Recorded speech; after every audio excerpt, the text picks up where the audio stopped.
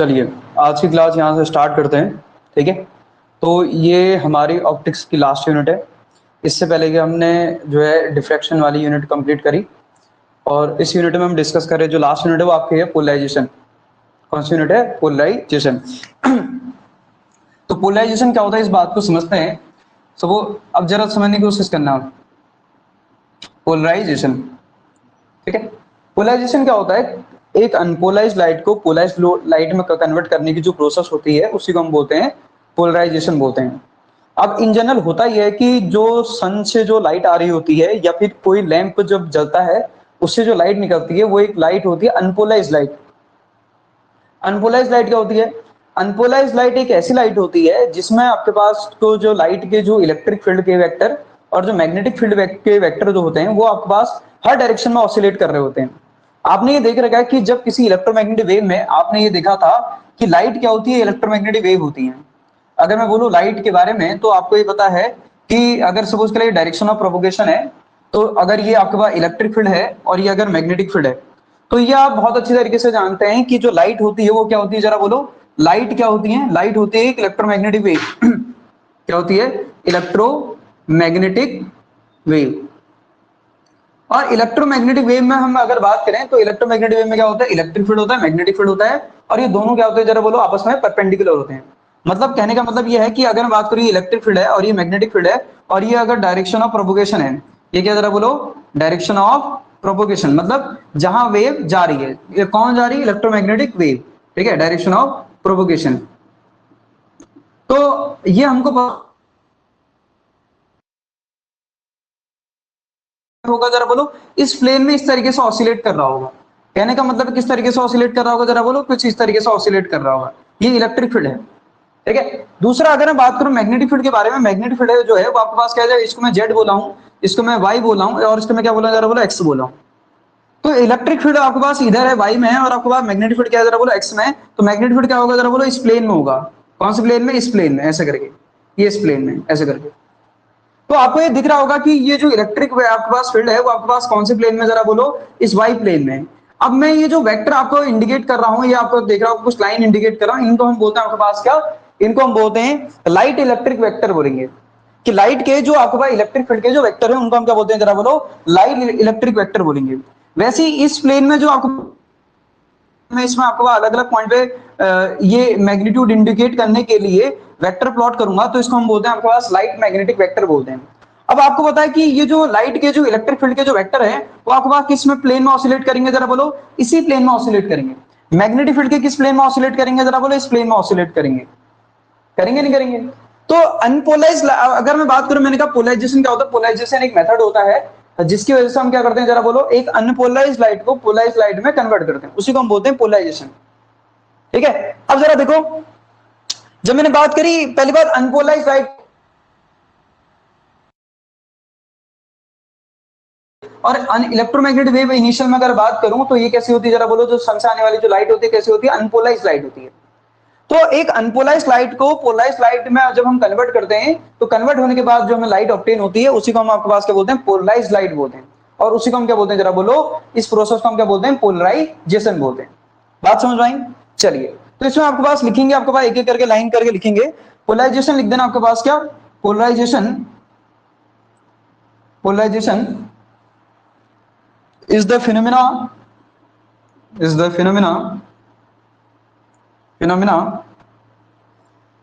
of producing plane polarized light। ठीक है, अब प्लेन पोलराइज्ड लाइट, ठीक है, फ्रॉम कहां से? जरा बोलो, from unpolarised light, unpolarized light, from unpolarised light. Unpolarized light से आपके पास पोलराइज्ड लाइट ऑब्टेन करने की जो प्रोसेस होती है उसी का हम आपके पास क्या बोलते हैं? जरा बोलो, उसी का हम बोलते हैं पोलराइजेशन। ठीक है, इसमें लिख देना अनपोलराइज्ड लाइट। ठीक है, चलिए अगर मैं बात करूं सबसे पहले इसमें तो कुछ पॉइंट मेंशन कर लेते हैं कि जो सन से जो लाइट आ रही होती है उसमें इलेक्ट्रिक फील्ड होता है, मैग्नेटिक फील्ड होता है, ये दोनों आपस में परपेंडिकुलर होते हैं। और साथ ही किसके परपेंडिकुलर होते हैं? जरा बोलो, डायरेक्शन ऑफ प्रोपोगेशन के भी परपेंडिकुलर होते हैं। ठीक है, अब ये आपको पता होना चाहिए। दूसरी बात, इसमें जो इलेक्ट्रिक फील्ड के जो वेक्टर, आप देखो मैंने केवल अभी एक ही आपके पास ये आप ऐसा समझिए मैंने केवल एक ही वेवलेंथ इंडिकेट करी है, ठीक है। ऐसे ही आपके पास इसमें बहुत सारी आपके पास क्या होंगे जरा बोलो, जरूरी नहीं आपके पास इलेक्ट्रिक फील्ड इसी प्लेन में हो सकता है और भी प्लेन में आपको इलेक्ट्रिक फील्ड देखने को मिल सकते हैं। लास्ट में नहीं है, अलग अलग वेवलेंथ के लिए आपको अलग अलग प्लेन में आपको इलेक्ट्रिक फील्ड ऑसिलेट करता हुआ दिखाई दे सकता है। तो जब आप ओवरऑल व्यू देखोगे, किसी आपके पास जो सन से जो लाइट आ रही है, जो अनपोलाइज लाइट आपको दिखेगी, उसमें आप क्या देखोगे कि जो हम इन जनरल ये ध्यान में रखना कि जो हम कन्वेंशनली, ठीक है, कन्वेंशनली हम आपके पास समझने के लिए, पोलराइजेशन को समझने के लिए हम लाइट के जो आपके पास इलेक्ट्रिक फील्ड वेक्टर होते हैं उनको ही आपके पास कंसिडर करते हैं। फिर से सुनना मैं आपको क्या कह रहा हूं करके, हम दोनों वेक्टर को, इलेक्ट्रिक फील्ड वेक्टर और मैग्नेटिक फील्ड वेक्टर दोनों को लेके नहीं चलते हैं, हम सिर्फ पोलराइजेशन को किससे आपके पास समझने की कोशिश करते हैं, कन्वेंशनली हम इलेक्ट्रिक फील्ड को देखते ही, हम देखकर ही हम पोलराइजेशन डिसाइड करते हैं। फिर से रिपीट कर रहा हूं, ध्यान से, अभी मैं लिखा भी दूंगा। पोलराइजेशन अगर आपसे बोला जाएगा तो कौन से वेक्टर को देख करके डिसाइड किया जाता है, तो आपको ये समझना पड़ेगा इलेक्ट्रिक फील्ड वेक्टर को देखकर हम क्या करते हैं, जरा बोलो, पोलराइजेशन डिसाइड करते हैं कि कोई लाइट पोलराइज है या अनपोलराइज लाइट है। तो अगर मैं बात करूं किसके बारे में, जरा समझने की कोशिश करिएगा। अभी मैं रिप्रेजेंटेशन भी बता दूंगा अनपोलराइज लाइट का कैसा होगा, पोलराइज लाइट का कैसा होगा करके। पहले इसमें कुछ पॉइंट लिख लेते हैं, ठीक है। तो पहला पॉइंट इसमें मेंशन करिएगा, पहला पॉइंट मेंशन करिएगा, देखो इन इलेक्ट्रोमैग्नेटिक वेव, इलेक्ट्रोमैग्नेटिक वेव, या फिर लिख देना आपके पास ब्रैकेट में लिख देना लाइट, ठीक है, light, electric field and magnetic field are perpendicular to each other, are also perpendicular to the direction of propagation of EM wave, ठीक है, जिस डायरेक्शन में EM वेव जा रही है उसके परपेंडिकुलर भी होते हैं, ठीक है। दूसरा, अगर मैं यहां से अगर पॉइंट बोलूं, ठीक है, जो इलेक्ट्रिक फील्ड वेक्टर होते हैं और जो आपके पास मैग्नेटिक फील्ड वेक्टर होते हैं, देखो एक प्लेन में हम क्या, हमने क्या कहा, एक प्लेन में कौन ऑसिलेट कर रहा होता है, इलेक्ट्रिक फील्ड, अगर एक प्लेन में कौन कर रहा होता है, जरा बोलो, मैग्नेटिक फील्ड। और ये जरूरी नहीं है सिर्फ एक ही प्लेन में हो, बहुत सारे न्यूमेरस प्लेन भी हो सकते हैं, बहुत सारे डिफरेंट वेरियस प्लेन भी हो सकते हैं, जिसमें आपके पास इलेक्ट्रिक फील्ड ऐसे भी ऑसिलेट कर रहा होगा, ऐसे भी ऑसिलेट कर रहा होगा, ऐसे भी ऑसिलेट कर रहा होगा। जब ऐसी सिचुएशन आती है तो हम उसको बोलते हैं अनपोलराइज्ड लाइट बोलते हैं। बात समझ आ रही नहीं आ रही है? तो अगर हम बात करें, दिस आपके पास लिखना, आपके पास this electric field and magnetic field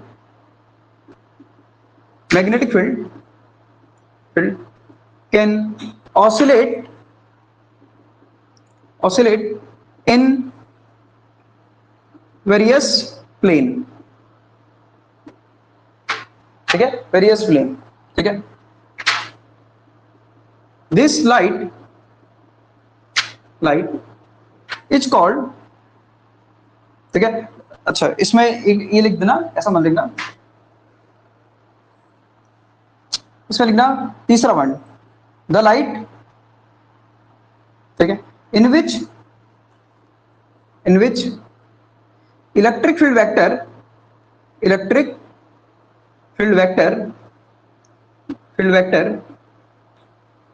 ठीक है, the light in which electric field vector oscillate more than one plane is called unpolarized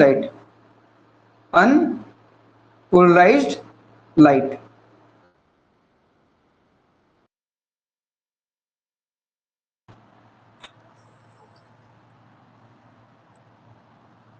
इसको हम क्या बोलते हैं, अनपोलराइज्ड लाइट बोलते हैं।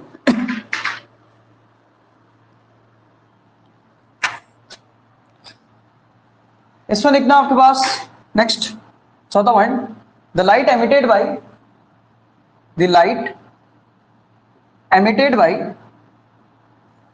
बाई सन, कॉमा आपके पास लैंप लिखना, ठीक है, the light emitted by sun, comma lamp, ठीक है, एंड ट्यूबलाइट, ठीक है,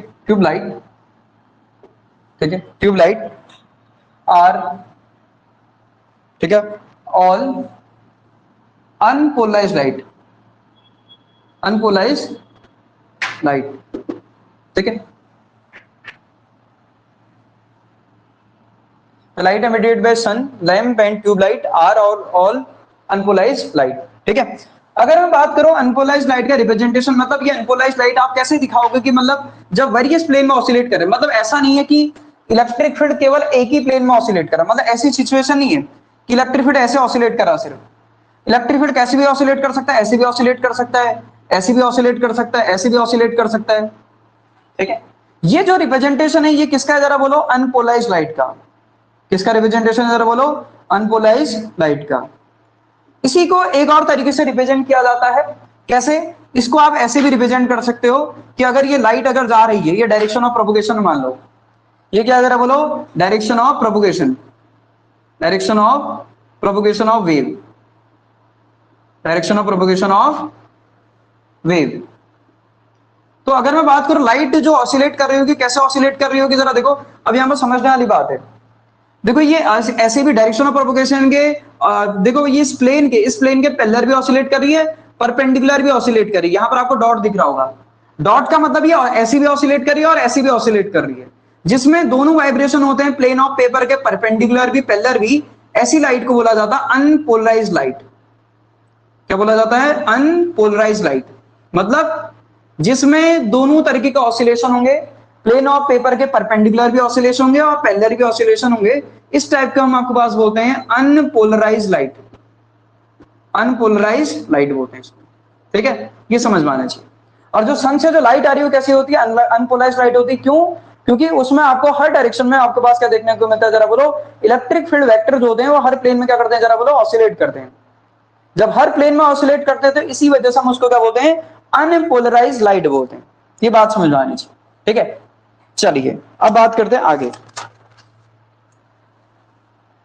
ठीक है। अब हम बात करते हैं पोलराइजेशन क्या होता है। पोलराइजेशन मैंने कहा था हम क्या करेंगे, अगर जरा बात को जरा समझने की कोशिश करना, मैं अगर इसमें से कुछ वेक्टर को अगर रोक दूं, जैसे मैंने कहा इसको रोक दिया, इसको रोक दिया, ठीक है, और इसको रोक दिया, मैंने कुछ वेक्टर को आपके पास क्या कर दिया जरा बोलो, रोक दिया, और कुछ वेक्टर को जाने दिया, ठीक। मैंने कहा अभी इसमें से मैंने इसको रोक दिया, इसको रोक दिया, तीन को रोक दिया, तो इसको पहले वाले को, इसको आपका दूसरे को जाने दिया, तीसरे को और चौथे को रोक दिया। तो सिर्फ इसमें जब मैं इसी को जाने दूंगा या इसी को अगर रखूं तो नॉर्मल सी बात है एक ही प्लेन में लाइट ऑसिलेट करेगी, करेगी नहीं करेगी। तो मैं जब आपके पास इस अनपोलराइज्ड लाइट में से सिर्फ अगर दो वाले को अगर देखता हूं, दो वाले को अगर मैं ऑसिलेशन अगर देखूं, तो दो वाले का क्या होगा जरा बोलो, इसमें तो केवल एक ही प्लेन में ऑसिलेशन है। ऐसी लाइट को हम क्या बोलेंगे जरा बोलो, प्लेन पोलराइज्ड लाइट बोलेंगे, जिसमें केवल क्या होगा जरा बोलो, एक ही प्लेन में ऑसिलेशन होंगे, आपके पास वेरियस प्लेन में ऑसिलेशन नहीं होंगे।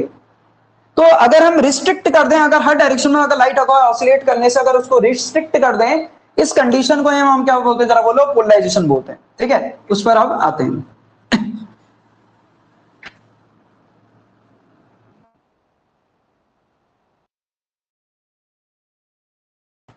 चलिए तो हेडिंग लिखिए पोलराइज्ड लाइट के बारे में, ठीक है। पोलराइज्ड लाइट की आपके पास कैसे ऑब्टेन होती है, इसमें लिखना व्हेन, इसमें लिखना वाइब्रेशन ऑफ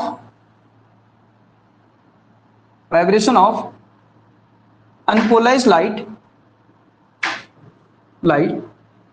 ठीक है, when vibration of unpolarized light, ठीक है, are restricted,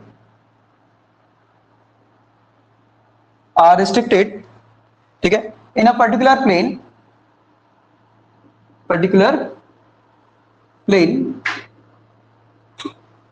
then the light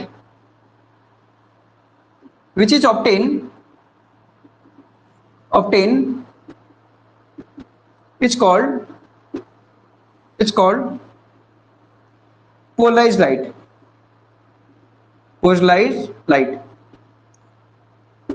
ठीक है।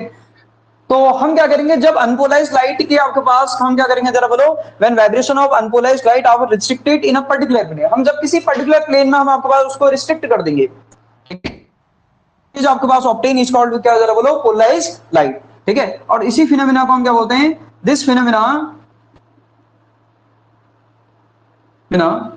Is called is called polarization. इसी को हम क्या बोलते हैं जरा बोलो, पोलराइजेशन ऑफ लाइट। ठीक है, और पोलराइजेशन को समझने के लिए फिर से मैं आपको रिपीट कर देता हूं, पोलराइजेशन को समझने के लिए हम कौन से वेक्टर का यूज करते हैं, हम यूज करते हैं लाइट इलेक्ट्रिक वेक्टर का।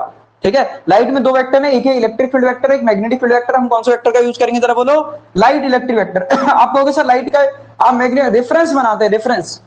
ठीक है, और कुछ नहीं है, रेफरेंस के तौर पर हम यूज कर रहे हैं, एक को तो कंसीडर करना ही पड़ेगा। तो हम किसको कंसीडर करके चलते हैं, इलेक्ट्रिक फील्ड वेक्टर को। ठीक है, या फिर आप ऐसा भी समझ सकते हैं, आपने देखा होगा वो किसमें, जब आपने ईएम वेव पढ़ी होगी तो आपने देखा होगा जो इलेक्ट्रिक फील्ड का जो मैग्नीट्यूड होता है, एम्पलीट्यूड होता है, वो c टाइम्स ऑफ b होता है। ठीक है, तो जो आप ऐसा समझ सकते हो कि जो ऑप्टिकली जो आपके पास एक्टिव होगा, जो वेक्टर होगा इलेक्ट्रिक और मैग्नेटिक फील्ड में से, वो इलेक्ट्रिक फील्ड वेक्टर ज्यादा होगा, optically active. That's why we are using आपके पास क्या, इलेक्ट्रिक फील्ड वेक्टर। ठीक है, तो इसमें लिखना है आपके पास, to understand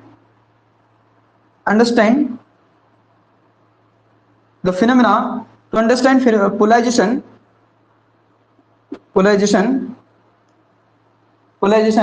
conventionally we use light electric vector. ठीक है, कौन से वेक्टर को हम यूज करते हैं जरा बोलो, इलेक्ट्रिक वेक्टर को यूज करते हैं। ठीक है, ये ध्यान में रखिएगा। अच्छा, पोलराइज लाइट कैसी दिखेगी अगर मैं बात करूं, रिप्रेजेंटेशन ऑफ पोलराइज लाइट। ठीक है, रिप्रेजेंटेशन ऑफ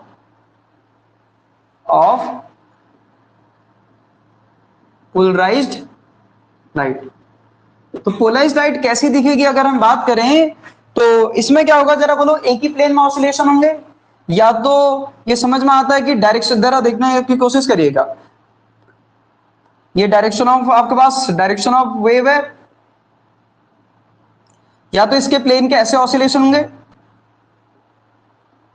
ठीक है, क्योंकि सब परपेंडिकुलर वाले नहीं है, तो प्लेन पोलराइज लाइट है, इसको हम क्या बोलते हैं, पोलराइज लाइट बोलते हैं। ठीक है, इसमें सिर्फ एक ही प्लेन में ऑसिलेशन हो रहे हैं। ठीक है, ये आपके पास क्या है जरा बोलो, पोलराइज्ड लाइट है। या फिर इसी को और कैसे लिखा जा सकता है, इसको ऐसे भी लिखा जा सकता है, ये इसमें भी क्या हो रहा है जरा बोलो, सिर्फ इस प्लेन ऑफ पेपर के परपेंडिकुलर ऑसिलेशन हो रहे हैं ऐसे करके। ठीक है, इसमें ऐसे ऑसिलेशन हो रहे हैं, ये क्या है जरा बोलो, direction of wave, direction of wave. ठीक है, इसमें डायरेक्शन ऑफ वेव आपका प्रोपोगेशन के आपके पास इस प्लेन ऑफ परपेंडिकुलर ऑसिलेशन हो रहे हैं। ठीक है, किसके परपेंडिकुलर ऑसिलेशन हो रहे हैं, इस बोर्ड के, ये ध्यान में रखना, इस बोर्ड के परपेंडिकुलर ऑसिलेशन हो रहे हैं।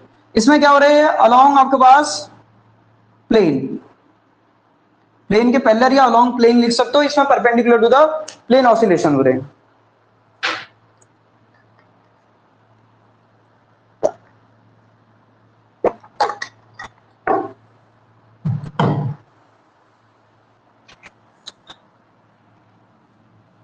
ठीक है, चलिए अब आगे बात करते हैं यहां से, अगर ये हो गया तो। ठीक है, ये टर्म्स छोटे छोटे समझना बहुत ज्यादा जरूरी है, अदरवाइज आगे की बातें समझ में नहीं आएंगी। तो इसमें एक और बात होती है कि कभी कभी आपको टर्म्स यूज करेगा तो आपको ये समझ में आना चाहिए क्या, जरा देखो, जैसे सपोज करिए लाइट इधर की तरफ जा रही है। ठीक है, सपोज करिए लाइट जा रही है, और लाइट आपके पास सपोज के लिए ऐसे पोलराइज लाइट है। ये कैसी लाइट है जरा बोलो, पोलराइज लाइट है।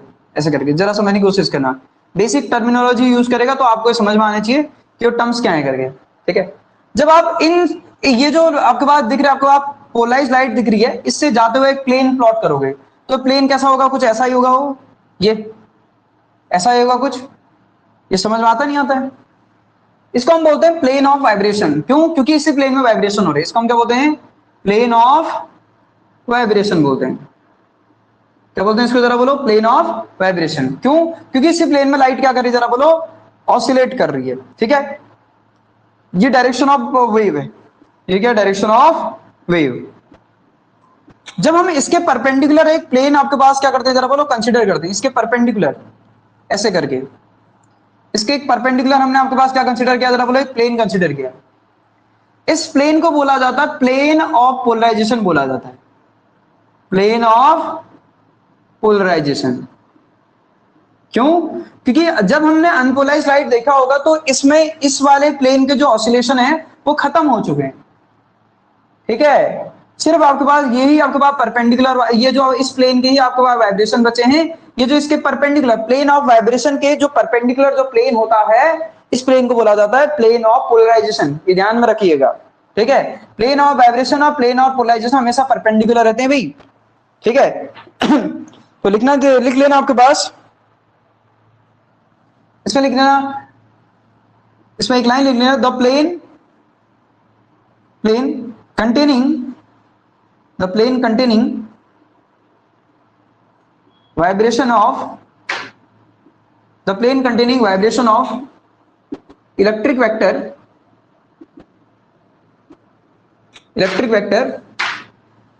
called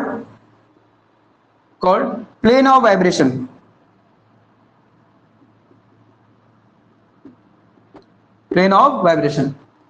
एंड और वो प्लेन जो इस आपके पास प्लेन ऑफ वाइब्रेशन के परपेंडिकुलर होता है उसको हम क्या बोलते हैं, जरा बोलो, plane of vibration.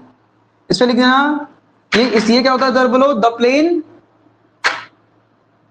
Which is perpendicular to plane of vibration, उसको हम बोलते हैं प्लेन ऑफ, ठीक है, उसको बोलते हैं plane of, the plane of polarization क्या होता है, the plane which is perpendicular to plane of vibration, इसके जो परपेंडिकुलर होता है। आपको कभी कभी टर्म्स यूज करेगा तो आपको पता होना चाहिए, ठीक है। चलिए, इसमें बहुत बड़ी बात नहीं है।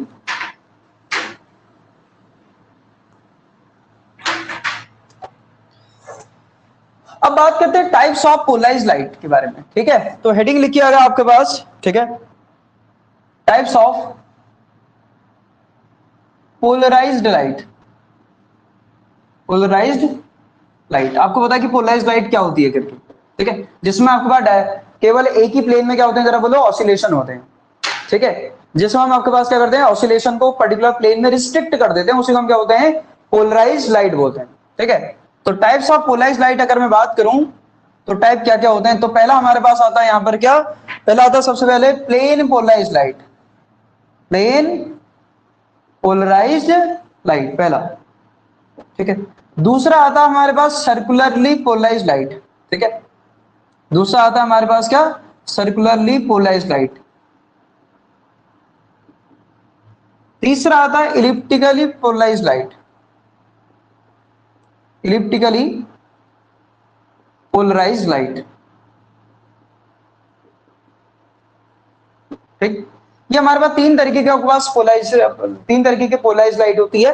एक को बोलते हैं प्लेन पोलराइज्ड लाइट, एक को हम बोलते हैं सर्कुलर पोलराइज्ड लाइट, एक को बोलते हैं इलिप्टिकल पोलराइज्ड लाइट। जो पोलराइज्ड लाइट होती है उसके तीन टाइप होते हैं, ठीक है। अब जरा देखो फिर प्लेन पोलराइज्ड लाइट क्या होती है करके इसको डिस्कस करते हैं सबसे पहले, ठीक है। अगर हम बात करें प्लेन पोलराइज्ड लाइट के बारे में, प्लेन पोलराइज्ड लाइट एक ऐसी लाइट होती है जिसमें केवल एक ही प्लेन में ऑसिलेशन होंगे। जैसे आपने यहाँ देखा वो आपका प्लेन, आपने वो देखा होगा क्या, आपने इन जनरल सिचुएशन देखी, एक सिंगल प्लेन वेव देख रही है। अगर आपको याद आ रहा हो, अगर मैं बात करूं equation of plane wave, plane wave का जो इक्वेशन होता था कैसा होता था, याद है? कुछ ऐसा होता था, अगर मैं तो y बोल दे रहा हूं तो y इक्वल टू आपका a sin ओमेगा t, याद है? y equal to a sin omega t minus का kx, इस टाइप की जो इक्वेशन होती थी आपके पास क्या होती थी, जरा बोलो, इसको हम क्या बोलते थे, जरा बोलो, प्लेन वेव बोलते थे। याद आ रहा किस टाइप की इक्वेशन को, जरा बोलो, y equal to a sin omega t plus minus जो भी है kx, आपको जो लिखना है, ठीक है। इस टाइप की इक्वेशन को हम क्या बोलते थे, जरा बोलो, प्लेन वेव बोलते थे। जितनी भी प्लेन वेव होती हैं वो आपके पास प्लेन पोलराइज्ड लाइट वेव की तरह एक्ट करती हैं। क्यों? क्योंकि इसमें आपके पास ये दिख रहा होगा केवल आपके पास एक ही वाई में ही ऑसिलेशन हो रहे हैं। अब ये मैं जरूरी नहीं कि वाई में ही बोलूं, आपके पास ऑसिलेशन कहीं भी हो सकते हैं, लेकिन एक पर्टिकुलर प्लेन में होंगे जहां भी हो रहे होंगे। समझ में आई नहीं आई बात? मतलब जो ओरिएंटेशन होगा आपके पास, ये जो आपके पास इलेक्ट्रिक फील्ड वेक्टर का, वो आपके पास एक पर्टिकुलर प्लेन में फिक्स्ड होगा। ये समझ आ रहा नहीं आ रहा? मतलब अगर मैं आपसे बोल दूं इन जनरल सिचुएशन, जैसे ये तो मैंने आपको एक इन जनरल बता दिया कि आपके पास किसका इक्वेशन है, जरा बोलो। ये प्लेन वेव है, एक लाइट वेव भी बोलते हैं इसको, हम प्लेन पोलराइज्ड भी बोलते हैं, पोलराइज्ड वेव, या लीनियरली पोलराइज्ड भी बोलते हैं। ठीक है, आपके कभी कभी आपको लीनियर पोलराइज्ड वर्ड दिखेगा तो इसको हम लीनियरली पोलराइज्ड भी बोलते हैं। ठीक है, अब जरा देखो, मैंने कहने का मतलब ये है, जैसे मैंने बोल दिया, सपोज कर लिया, देखो जैसे मैंने सपोज कर लिया एक आपके पास इन जनरल बोल दिया, मैंने कहा ये जेड डायरेक्शन है, सपोज के लिए ये एक्स है, ये आपके पास, इसको मैंने बोल दिया ये एक्स है, ये वाई है, जेड है, सपोज के लिए इस तरीके से सिचुएशन बना दी। ठीक है, और मैंने कहा भी ये जो इलेक्ट्रिक फील्ड है ये आपके पास किस तरीके से ऑसिलेट कर रहा है, सपोज कर लिया इस तरीके से ऑसिलेट कर रहा है, किस तरीके से, कुछ इस तरीके से। ठीक है, इस तरीके से ऑसिलेट कर रहा है, ऐसे करके। तो इलेक्ट्रिक फील्ड जहां भी होगा, अगर आप देखोगे, अगर मैं कह रहा हूं इस प्लेन में अगर ऐसे करके ऑसिलेट कर रहा है, अगर मैं बोलूं सपोज कर लिया, और ये वेव इधर जा रही है, ठीक है, और ये वेव कहां जा रही, बोलो इधर जा रही है, direction of propagation of wave है, डायरेक्शन ऑफ वेव है, तो इलेक्ट्रिक फील्ड यहीं ऑसिलेट करेगा, आपके पास और कहीं ऑसिलेट नहीं करेगा। समझ आ रही नहीं आ रही बात? मतलब सिर्फ एक ही प्लेन में रिस्ट्रिक्ट हो जाएगा। तो उसको हम लोग क्या बोलते हैं, जरा बोलो, जैसे इसमें आपको देख रहा होगा ये इसी प्लेन में ऑसिलेट करेगी, इसको हम क्या बोलते हैं, जरा बोलो, प्लेन पोलराइज आपके पास लाइट बोलते हैं, जिसमें सिर्फ आपके पास जो आपके पास ऑसिलेशन होते हैं केवल एक ही प्लेन में रिस्ट्रिक्ट हो जाते हैं। ठीक है, चलिए तो इसके बारे में लिख देंगे। और एक प्लेन वेव जो है वो किसकी तरह एक्ट करती है, प्लेन पोलराइज्ड लाइट वेव की तरह एक्ट करती है। ठीक है, तो इसमें लिख देना, इफ द ओरिएंटेशन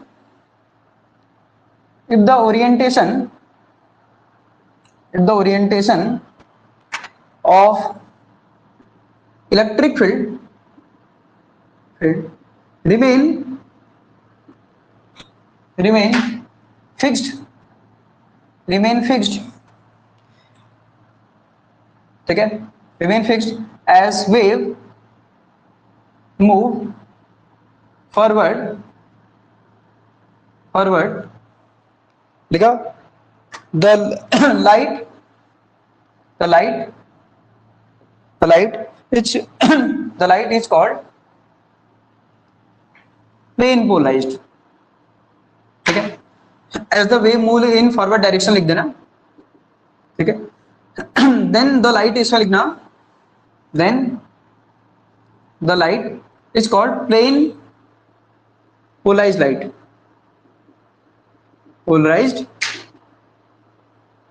light, ठीक है, ये समझ में आना चाहिए। तो ओरिएंटेशन, अगर आपके पास इलेक्ट्रिक फील्ड का, आपके पास क्या, if the orientation of electric field, ठीक है, या इलेक्ट्रिक फील्ड वेक्टर भी आप लिख सकते हो, रिमेन फिक्स्ड एज अ, ठीक है, रिमेन फिक्स्ड, अगर फिक्स्ड है मतलब वो अगर इसी प्लेन में अगर ऑसिलेट कर रहा है, अगर और लाइट वेव कंटिन्यूअसली आगे बढ़ रही है, तो इसको हम बोलते हैं आपके पास क्या, प्लेन पोलराइज्ड आपके पास लाइट बोलते हैं। ठीक है, ये ध्यान में रखने वाली बात है। इक्वेशन मैंने आपको बता दी, इक्वेशन किस तरीके की होगी, इक्वेशन वही होगी प्लेन वेव की तरह। मतलब अगर हम बात करें इक्वेशन ऑफ, अगर मैं बात करूं प्लेन वेव के बारे में बात करूं, प्लेन पोलराइज्ड लाइट वेव के बारे में अगर हम बात करें, तो इसका इक्वेशन आप लिख सकते हो, जैसे इलेक्ट्रिक फील्ड के वजह सही हमने लिखना है, E equal to E naught sine omega t लिख सकते हो, दिस इज सिंपल इक्वेशन। ठीक है, वही आपके पास एक्स वाला अगर इंक्लूड नहीं करें, आप चाहे तो इंक्लूड कर भी सकते हैं, आपकी इच्छा है। ठीक है, ये है। बाकी आप ऐसा नहीं कि आप इसको नहीं लिख सकते, ये भी है, E equal to E naught आपके पास साइनसोइडल जो टर्म है ये भी है। ठीक है, किसके टर्म है, जरा बोलो, ये प्लेन पोलराइज आपके पास क्या, जरा बोलो, लाइट को रिप्रेजेंट करने वाले टर्म है, जिसमें लाइट आपके पास सिर्फ एक ही प्लेन में ऑसिलेट करेगी, या ओरिएंटेशन जो आपका होगा इलेक्ट्रिक फील्ड का वो एक फिक्स्ड रहेगा भी। ठीक है, जैसे वो रहेगा आपके पास जिस प्लेन में होगा उसी प्लेन में रहेगा, ये समझ में आना चाहिए। दूसरा है हमारे पास, देखिए दूसरा अगर मैं बात करूं सर्कुलर पोलराइजेशन, दूसरा होता है सर्कुलर पोलराइज या सर्कुलरली पोलराइजेशन आप लिख सकते हो। ठीक है, पोलराइज लाइट, देखो सर्कुलरली पोलराइज लाइट क्या होती है, अगर हमने कहा कि दो, देखो सर्कुलर आपके पास बनने के लिए हमारा क्या होता है, अगर दो प्लेन वेव है, ध्यान सुनिएगा, दो प्लेन वेव है और आपके पास क्या कर रही है, वो म्यूचुअली परपेंडिकुलरली कंबाइंड हो रही है, और जिनका मैग्नीट्यूड कैसा है जरा बोलो, एम्पलीट्यूड कैसा है, कांस्टेंट है। तो ऐसी वेव को हम आपके पास जो कॉम्बिनेशन से जो वेव बनती है, जो लाइट वेव हम ऑब्टेन होती है, उसको हम बोलते हैं प्लेन पोलराइज, आपके पास इसको हम बोलते हैं सर्कुलरली पोलराइज लाइट वेव। मैंने क्या बोला, जब दो प्लेन वेव, ठीक है, वो आपके पास म्यूचुअली परपेंडिकुलरली इंटरेक्ट करती हैं, जैसे कि उसमें होता था लिसा जो फिगर में, अगर आपको याद आ रहा है तो, ठीक है, जिनके एम्पलीट्यूड कैसे हैं, सेम है, देन जो फाइनल वेव करने की कोशिश करिएगा। मैंने क्या कहा, when two plane light wave of same amplitude, ठीक है, कंबाइंड, ठीक है, ठीक है,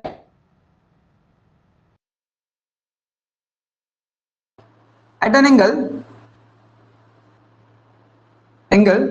9 π/2 या 90 डिग्री, जो आपको लिखना है, ठीक है, जो सुपरपोज करते हैं, then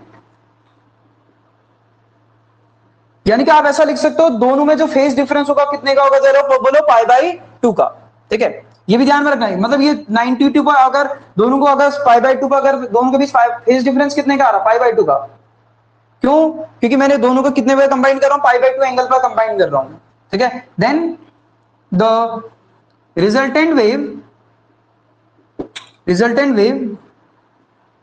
is called circularly polarised light wave, ठीक है, मतलब दोनों के बीच फेज डिफरेंस कितने का होगा, जरा बोलो, π/2 का, ध्यान में रहे, ठीक है, क्योंकि दोनों कितने के एंगल पर, जरा बोलो, π/2 के एंगल पर सुपरपोज रहे। कहने का मतलब, फॉर एग्जांपल अगर मैं बात करूं आप कैसे बना सकते हो एग्जांपल, मैंने कहा अभी एक इलेक्ट्रिक फील्ड है एक्स डायरेक्शन में, और उसका जो एम्पलीट्यूड है कितना, जरा बोलो, E0 sin ωt, एक इक्वेशन ये बोल दिया। और दूसरा जो इलेक्ट्रिक फील्ड होगा वो क्या होगा, जरा बोलो, ये होगा E0, क्योंकि दूसरे को कितने पे एंगल पे लेना है, π/2 पे लेना है, लेकिन इसमें फेज कितने का आ जाएगा, जरा बोलो, π/2 आगे होना चाहिए, दोनों साथ नहीं है ये y में है तो y में कब जाएगा, जब t इक्वल टू, ये समझना, जब t इक्वल टू 0 पर ये x पर होगा तो ये π/2 पर होना चाहिए, नहीं होना चाहिए, तो इसको मैंने को कितना एंगल π/2 आगे करना पड़ेगा, ठीक है, या फिर इसी को आप लिख सकते हो E0 cos ωt, ऐसे भी रिप्रेजेंट कर सकते हो आप, ठीक है, बात एक ही है। तो अब अगर आप देखोगे इधर इन दोनों को कंबाइन करोगे, जरा देखो क्या पता चला आपको, कंबाइन करिए, जब आप इनको कंबाइन करोगे, ठीक है, इसको और इसको, आपने देखा Ex की जो वैल्यू है वो है E0 sin ωt, और Ey की जो वैल्यू है वो आपके पास क्या, जरा बोलो, यह E0 cos ωt। जब दोनों को आप स्क्वायर करोगे, Ex square plus Ey square, तो कितना आ जाएगा, जरा बोलो, यह आएगा E0 स्क्वायर, आएगा नहीं आएगा, स्क्वायर और ऐड करो, दोनों को स्क्वायर करिए, ऐड करिए, तो E0 स्क्वायर जो आएगा कितना आ जाएगा, यहां से यह आ जाएगा आपके पास,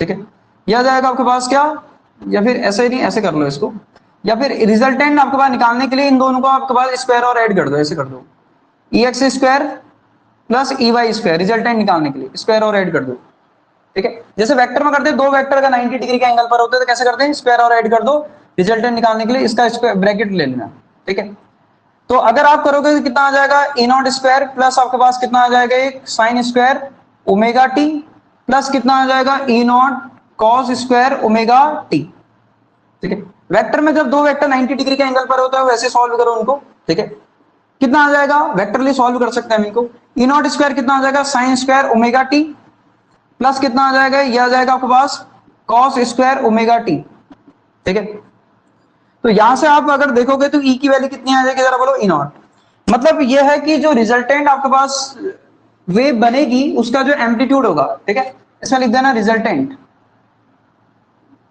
ठीक है, रिजल्टेंट वेव, तो रिजल्टेंट वेव का जो एम्पलीट्यूड आएगा वो आपके पास कितना आएगा, जरा बोलो, E इक्वल टू E0 आ रहा है, ठीक है, मतलब ये इंडिपेंडेंट ऑफ टाइम है, मतलब टाइम के साथ एम्पलीट्यूड चेंज होने वाला नहीं है, कहने का मतलब कैसा है जरा देखो, सिचुएशन कुछ ऐसी, आप इसको नोट कर लो फिर मैं बताता हूं इसको, ठीक है। सो एम्पलीट्यूड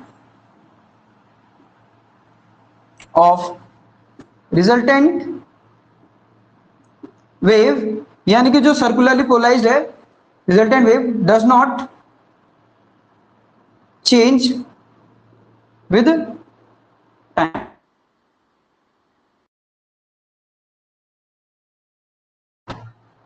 हाँ अब सही है।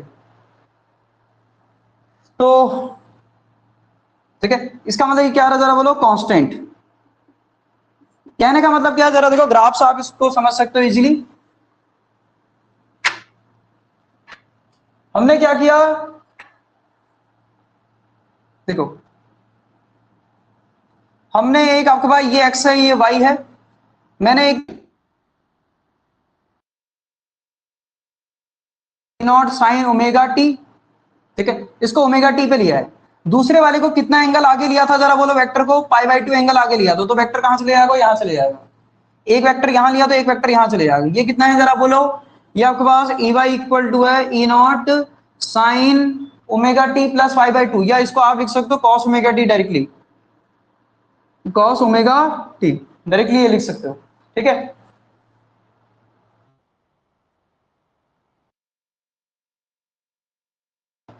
अब जरा देखो, अब अगर आप देखोगे ये आपके पास क्या जरा बोलो, इसके भी इन दोनों के बीच आपके पास ये कितने डिग्री के एंगल पर है जरा बोलो, दोनों पाई बाई 2 के एंगल पर है।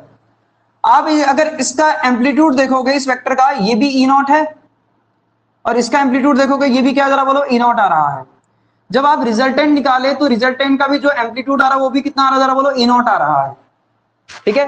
वो भी कितना आ रहा है जरा बोलो, ई नॉट आ रहा है। आपने जब देखा, ठीक है, आ रहा था वो? जब आपने ई नॉट दोनों के अंदर आपके पास साइन स्क्वायर आपके पास theta plus cos square theta 1 हो गया था, तो कितना आ रहा था जरा बोलो, ई नॉट आ रहा था।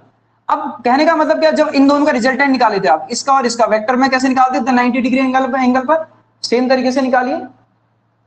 तो मैंने जब इनका रिजल्टेंट निकाला कितना आ रहा जरा बोलो, ई नॉट, या फिर आप ई इक्वल लिख सकते हो ई नॉट आ रहा करके। अब कहने का मतलब है जब ये लाइट आपके पास सुपरपोज करेगी तो जब इनकी वजह से जो रिजल्टेंट वेव बनेगी, ये इसका जो एम्पलीट्यूड रहेगा वो आपके पास, पहली बात क्या जरा देखो, ये एक वेक्टर ये था, एक वेक्टर था, रिजल्टेंट वेव यहां आ चुका है, तो मतलब ये कहां की तरफ शिफ्ट हो रहा है जरा बोलो, इधर की तरफ शिफ्ट हो रहा है। मतलब कहां की तरफ शिफ्ट हो रहा है जरा बोलो, ये अगर ये एक्स है ये वाई है तो वाई की तरफ शिफ्ट हो रहा है। तो कहने का मतलब ये जो आपको दिख रहा होगा, अगर आप इक्वेशन को अगर देखोगे तो आपको दिख रहा होगा ई एक्स इक्वल टू, आपने जब देखा E naught sine square sine omega T, और ई वाई इक्वल जब आपने देखा जरा बोलो E naught cos omega T. पहली बात, अब जब आप इन दोनों को प्लॉट करोगे तो प्लॉट करने से क्या बनेगा, सर्कल बनेगा, ये दिख रहा होगा।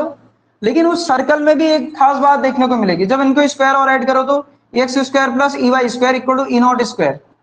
तो ये क्या बना रहे जरा बोलो, पहली बात सर्कल बना रहे, ई एक्स और ई वाई में आपके पास क्या है, सर्कल है जिसकी रेडियस क्या है जरा बोलो, ई नॉट है, तो हमने प्लॉट कर दिया।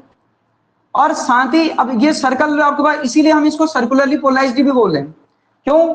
क्योंकि जब मैं ई एक्स और ई वाई को कंबाइन कर रहा हूं तो ई एक्स और ई वाई की वजह से जो फेज देखने को मिला, जो डायग्राम देखने को मिला है, जो ग्राफ देखने को मिला है, वो क्या जरा बोलो, एक सर्कल है। और उस सर्कल में आपके पास जो रेडियस है कितना है जरा बोलो, ई नॉट है। अब इस सेंस पर अगर मैं बात करूं, देखो ये ई नॉट जो वेक्टर है,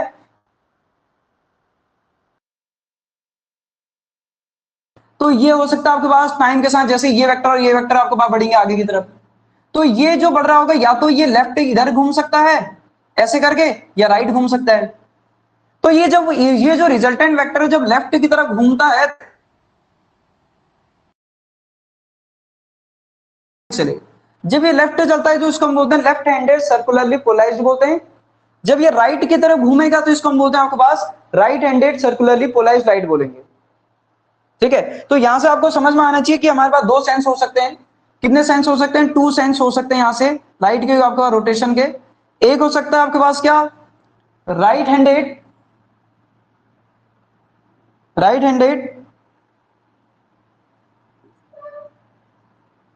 सर्कुलरली पोलराइज्ड, एक हो सकता है लेफ्ट हैंडेड सर्कुलरली पोलराइज्ड। अब आप अगर बोलोगे कि सर कब कौन सा होगा, राइट हैंडेड मतलब, राइट हैंड मतलब ऐसे घूम रहा है, लेफ्ट हैंडेड मतलब ऐसे घूम रहा है। लेफ्ट हैंड आपके पास ऐसे चलेगा ना, इस तो समझ में आता है। तो राइट हैंडेड मतलब आपके पास ये कैसे चल रहा होगा जरा बोलो, इसका मतलब ये क्लॉकवाइज सेंस हो रहा होगा। कैसा हो रहा होगा जरा बोलो, क्लॉकवाइज, लिख देना क्लॉकवाइज। और ये कैसे हो रहा होगा जरा बोलो, एंटी क्लॉकवाइज। जब ये जो रिजल्टेंट वेक्टर है ये जब क्लॉकवाइज घूमेगा तो इसको बोलते हैं राइट हैंडेड आपके पास सर्कुलरली पोलाइज्ड। जब लेफ्ट है आपके पास ये एंटी क्लॉकवाइज घूमता है तब इसको बोलते हैं लेफ्ट हैंडेड सर्कुलरली पोलाइज्ड। ठीक है, तो EX और EY जब आप दो इक्वेशन लोगे तो एक ये सर्कल की इक्वेशन की तरफ फॉर्म होगा और उसमें जो रिजल्टेंट आएगा ये भी आपने देख रखा, तो रिजल्टेंट आ रहा है वो भी कितना आ रहा था बोले, वेक्टर से भी कितना आ रहा था, E नॉट आ रहा था। ठीक है, तो जब मैंने वेक्टरली भी सॉल्व करूंगा तो कितना आएगा, E नॉट आएगा। और ये जो रिजल्टेंट वेक्टर है ऐसा नहीं कि यहीं पर ही रहेगा, लेकिन ये बात है इसका एम्पलीट्यूड फिक्स रहेगा। इसका एम्पलीट्यूड ही जो रहेगा वो क्या रहेगा जरा, वो फिक्स रहेगा, इस प्लेन में ही आपके पास चलता रहेगा। ठीक है,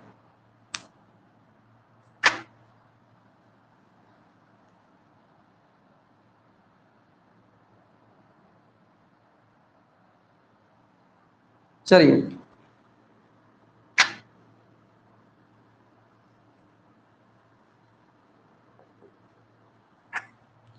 नेक्स्ट तीसरा होता है आपके पास क्या, तीसरा होता है इलिप्टिकली आपके पास पोलराइज्ड लाइट। ठीक है, इलिप्टिकली पोलराइज्ड लाइट। जब हम बात करते हैं प्लेन वेव सुपरपोज करेंगे और दो प्लेन वेव जब सुपरपोज करेंगे उनके जो एम्पलीट्यूड होंगे वो कैसे होंगे जरा बोलो, डिफरेंट होंगे, लेकिन आपके पास फेज कितना होगा जरा बोलो, उनके बीच 90 डिग्री का होगा। तो हम उसको क्या बोलते हैं जरा बोलो, इलिप्टिकली पोलराइज्ड लाइट। ये आपको स्टेटमेंट पता होना चाहिए कब बोलते हैं करके। ठीक है, इसमें लिखना when two light wave, two plane light wave, ठीक है, light wave of different amplitude, different amplitude, ठीक है, different amplitude and different amplitude with phase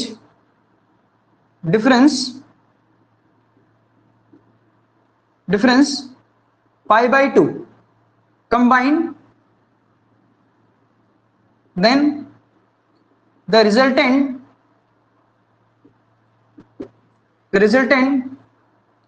light wave is elliptically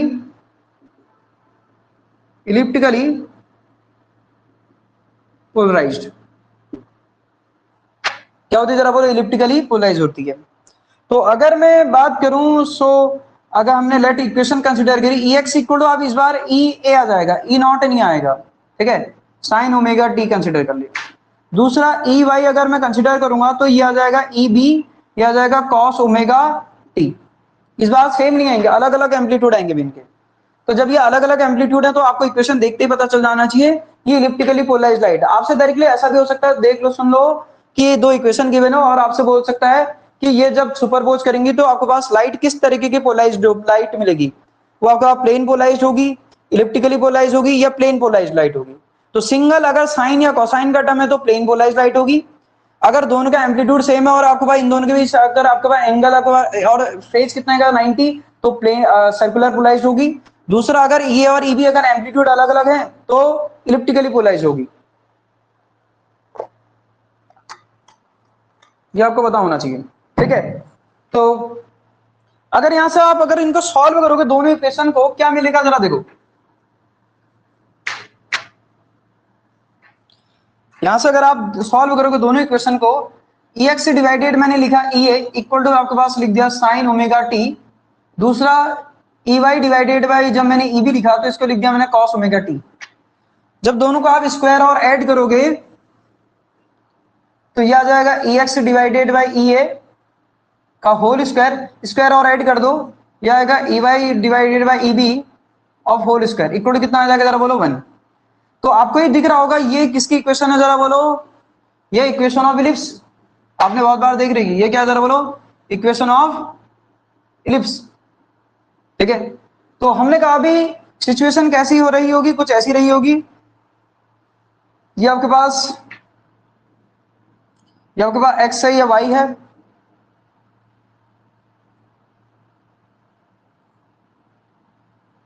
ठीक है। यहां क्या रहा होगा जरा बोलो, इधर आपके पास ई एक्स रहा होगा, इधर आपके पास क्या रहा होगा जरा बोलो, ई वाई, ठीक है। और इधर इधर का जो एम्पलीट्यूड है ई एक्स जो मैं कह रहा हूं, इधर का जो एम्पलीट्यूड है वो कितना ई है, और इधर का जो एम्पलीट्यूड है वो कितना आएगा जरा बोलो, ई बी। बोलो अलग बात है, इधर आपके पास ई एक्स हमने रिप्रेजेंट किया होगा, लेकिन ई एक्स का जो एम्पलीट्यूड है मैक्सिमम कितना हो सकता है, ये, और ये कितना हो सकता है, ई बी। और ये दोनों के बीच एंगल कितना है जरा बोलो, 90 डिग्री, ठीक है। अब आप कहोगे सर इतने से कैसे पता चल रहा होगा, देखो पूरा ग्राफ बनाया जा सकता है, इसको साइड में करके पूरी वेव को प्रोपेगेट किया जा सकता है, उसमें खाली टाइम वेस्ट है। आप अदरवाइज गूगल में सर्च मार के देख सकते हो कि ये जब इलिप्टिकली आपके पास दो प्लेन आपके पास लाइट आपके पास सुपरपोज होती है तो वेव कैसी प्रोपेगेट होती है करके, ठीक है, वो किया जा सकता है, लेकिन उसमें खाली टाइम वेस्ट है। तो ये समझ में आनी चाहिए, दो अगर प्लेन वेव अगर एक एक्स में एक वाई में डिफरेंट एम्पलीट्यूड की अगर सुपरपोज होती है तो जो रिजल्टेंट जो लाइट ऑफ वेव का जो स्ट्रक्चर होता है वो इलेक्ट्रिकली पोलराइज्ड होती है, ठीक है। चलिए, तो ये तो हमारे पास तीन तरीके के जो आपके सिलेबस में मेंशन है वो हमने डिस्कस कर ली। अब हम बात करते हैं आगे, ठीक है। नेक्स्ट हेडिंग लिखिए, मेथड ऑफ प्रोड्यूसिंग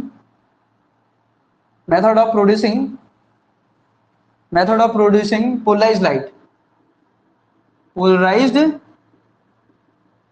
लाइट, ठीक है। तो बहुत सारे मेथड होते हैं, ठीक है।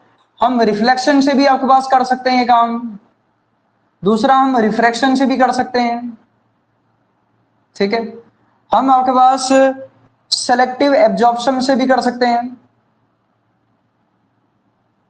ठीक है। हम आपके पास स्कैटरिंग से भी कर सकते हैं, ठीक है। डबल रिफ्रैक्शन से भी कर सकते हैं, डबल रिफ्रैक्शन से भी कर सकते हैं, ठीक है। इसी को हम आपके पास आगे जाके बोलेंगे बाई रिफ्रेंजेरेंस बोलेंगे, ठीक है, बाई रिफ्रेंजेरेंस, ठीक है।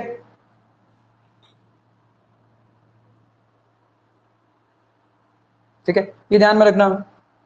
तो ये मेथड हैं जिसके थ्रू हम क्या करते हैं जरा बोलो, एक अनपोलाइज्ड लाइट को, मेथड ऑफ प्रोड्यूसिंग पोलाइज्ड लाइट, हम आपके पास एक अनपोलाइज्ड लाइट को पोलाइज्ड लाइट में कन्वर्ट करते हैं, ठीक है। कुछ मेथड आपके उसमें सिलेबस में मेंशन है, कुछ जो मेथड हम उनको डिस्कस करेंगे। फिलहाल के लिए कुछ रिफ्लेक्शन से होंगे, कुछ रिफ्रैक्शन से होंगे, कुछ सिलेक्टिव एब्जॉर्प्शन से होंगे, कुछ स्कैटरिंग से होंगे, कुछ डबल रिफ्रैक्शन से होंगे, ठीक है, ये ध्यान में रखिएगा। चलिए, तो डिस्कस करते हैं एक एक करके। वो लॉस के फॉर्म में आपके उसमें मेंशन है, जैसे अगर मैं बात करूं पहला, तो पहला हमारे आपके सिलेबस में मेंशन है ब्रूस्टर लॉ, ठीक है।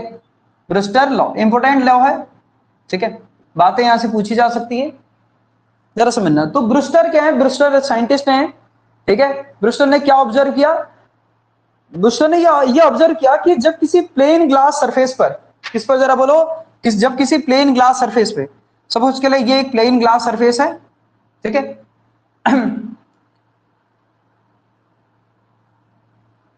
ब्रूस्टर ने क्या ऑब्जर्व किया, जब किसी प्लेन ग्लास सरफेस पर, ये क्या जरा बोलो, एक ग्लास सरफेस है, क्या ये ग्लास सरफेस है, ठीक है। तो जब किसी प्लेन ग्लास सरफेस पर क्या करते हैं जरा बोलो, लाइट आपके पास इंसिडेंट करते हैं, ठीक है। तब ब्रूस्टर ने क्या ऑब्जर्व किया, किसी पर्टिकुलर एंगल ऑफ इंसिडेंस पर, हर समय नहीं, यहां किसी पर्टिकुलर एंगल ऑफ इंसिडेंस पर, ये जो इसमें से आप, अब मुझे बताइए, आपको एक बात समझ में आना चाहिए, मुझे बताइए जब किसी इस पर लाइट गिराऊंगे सारी की सारी लाइट आपको रिफ्लेक्ट हो जाएगी या कुछ लाइट बाद रिफ्लेक्ट भी होगी। आपको ये समझ में आता है कि आपके पास हमेशा जब भी किसी सरफेस पर लाइट गिराते हैं तो कुछ पार्ट रिफ्लेक्ट होता है, कुछ पार्ट क्या होता है जरा बोलो, रिफ्रैक्ट होता है। तो हमने कहा भी कुछ पार्ट आपके पास क्या हो गया जरा बोलो, रिफ्लेक्ट हो गया, और कुछ पार्ट क्या हो गया जरा बोलो, कुछ पार्ट तो रिफ्लेक्ट हो गया, कुछ पार्ट रिफ्रैक्ट हो गया, ठीक है। तो ये आपके पास ये जो लाइट है ये कैसी है जरा बोलो, ये रिफ्लेक्टेड लाइट है, ठीक है। ये कैसी लाइट थी जरा बोलो, जो यहां से हमने इस पे गिराई थी, ये एक अनपोलराइज्ड लाइट है। ये कैसी लाइट है जरा बोलो, अनपोलराइज्ड लाइट है। अनपोलराइज्ड लाइट है मतलब इसमें जो लाइट के जो आपके पास वेक्टर होंगे वो हर डायरेक्शन में क्या कर रहे होंगे जरा बोलो, ऑसिलेट कर रहे होंगे कुछ इस तरीके से, ठीक है। मतलब आप इसको ऐसे भी रिप्रेजेंट कर सकते हो, ऐसे करके, ये लाइट वेव ऐसे आ रही है। इसमें दोनों आपका प्लेन ऑफ पेपर के परपेंडिकुलर भी ऑसिलेशन है और प्लेन ऑफ परपेंडिकुलर प्लेन के अलोंग भी आपके ऑसिलेशन है। ठीक है, तो ब्रूस्टर ने क्या ऑब्जर्व किया, किसी पर्टिकुलर एंगल ऑफ इंसिडेंस के लिए क्या एक खास बात देखने को मिलती है, अगर इसका रिफ्रैक्टिव इंडेक्स अगर एन है, सपोज कर लिया, और बाहर अगर एआर है, इसका रिफ्रैक्टिव इंडेक्स अगर एन है, तो एक खास बात देखने को मिलती है कि जो रिफ्लेक्टेड लाइट होती है किसी पर्टिकुलर एंगल ऑफ इंसिडेंस के लिए, ये कंप्लीटली कैसी हो जाती है जरा बोलो, पोलराइज्ड लाइट में कन्वर्ट हो जाती है। हर बार नहीं, एक पर्टिकुलर एंगल ऑफ इंसिडेंस पर क्या देखने को मिलता है जरा बोलो, ये जो आपके पास लाइट होती है, कौन सी, जो रिफ्लेक्टेड लाइट है, हमको क्या देखने को मिलती है जरा बोलो, कंप्लीटली पोलराइज्ड। और उसमें जो वाइब्रेशन होते हैं कैसे होते हैं जरा बोलो, प्लेन ऑफ पेपर के परपेंडिकुलर वाइब्रेशन होते हैं। ठीक है, ये ऑब्जर्व किया किसने, ब्रूस्टर ने। जिस एंगल पर ऐसा होता है इसको बोलते हैं एंगल ऑफ पोलराइजेशन बोलते हैं। क्या बोलते हैं इसको हम, एंगल ऑफ पोलराइजेशन। अब आपको बहुत अच्छी तरीके से ये पता है क्या कि अगर ये इंसिडेंट लाइट है और ये रिफ्लेक्टेड लाइट है और ये नॉर्मल है और ये क्या जरा बोलो, नॉर्मल, तो ये समझ में आता है आपके कि जितना एंगल आपके पास ये इंसिडेंस एंगल होगा उतना ही क्या होगा जरा बोलो, रिफ्लेक्टेड होगा, होगा नहीं होगा, कौन से लॉ के अकॉर्डिंग जरा बोलो, ये होगा आपके पास लॉ ऑफ रिफ्लेक्शन के अकॉर्डिंग। ये क्या जरा बोलो, ट्रांसमिटेड लाइट, ये आपका रिफ्रैक्टेड लाइट है, ये क्या जरा बोलो, रिफ्रैक्टेड लाइट है।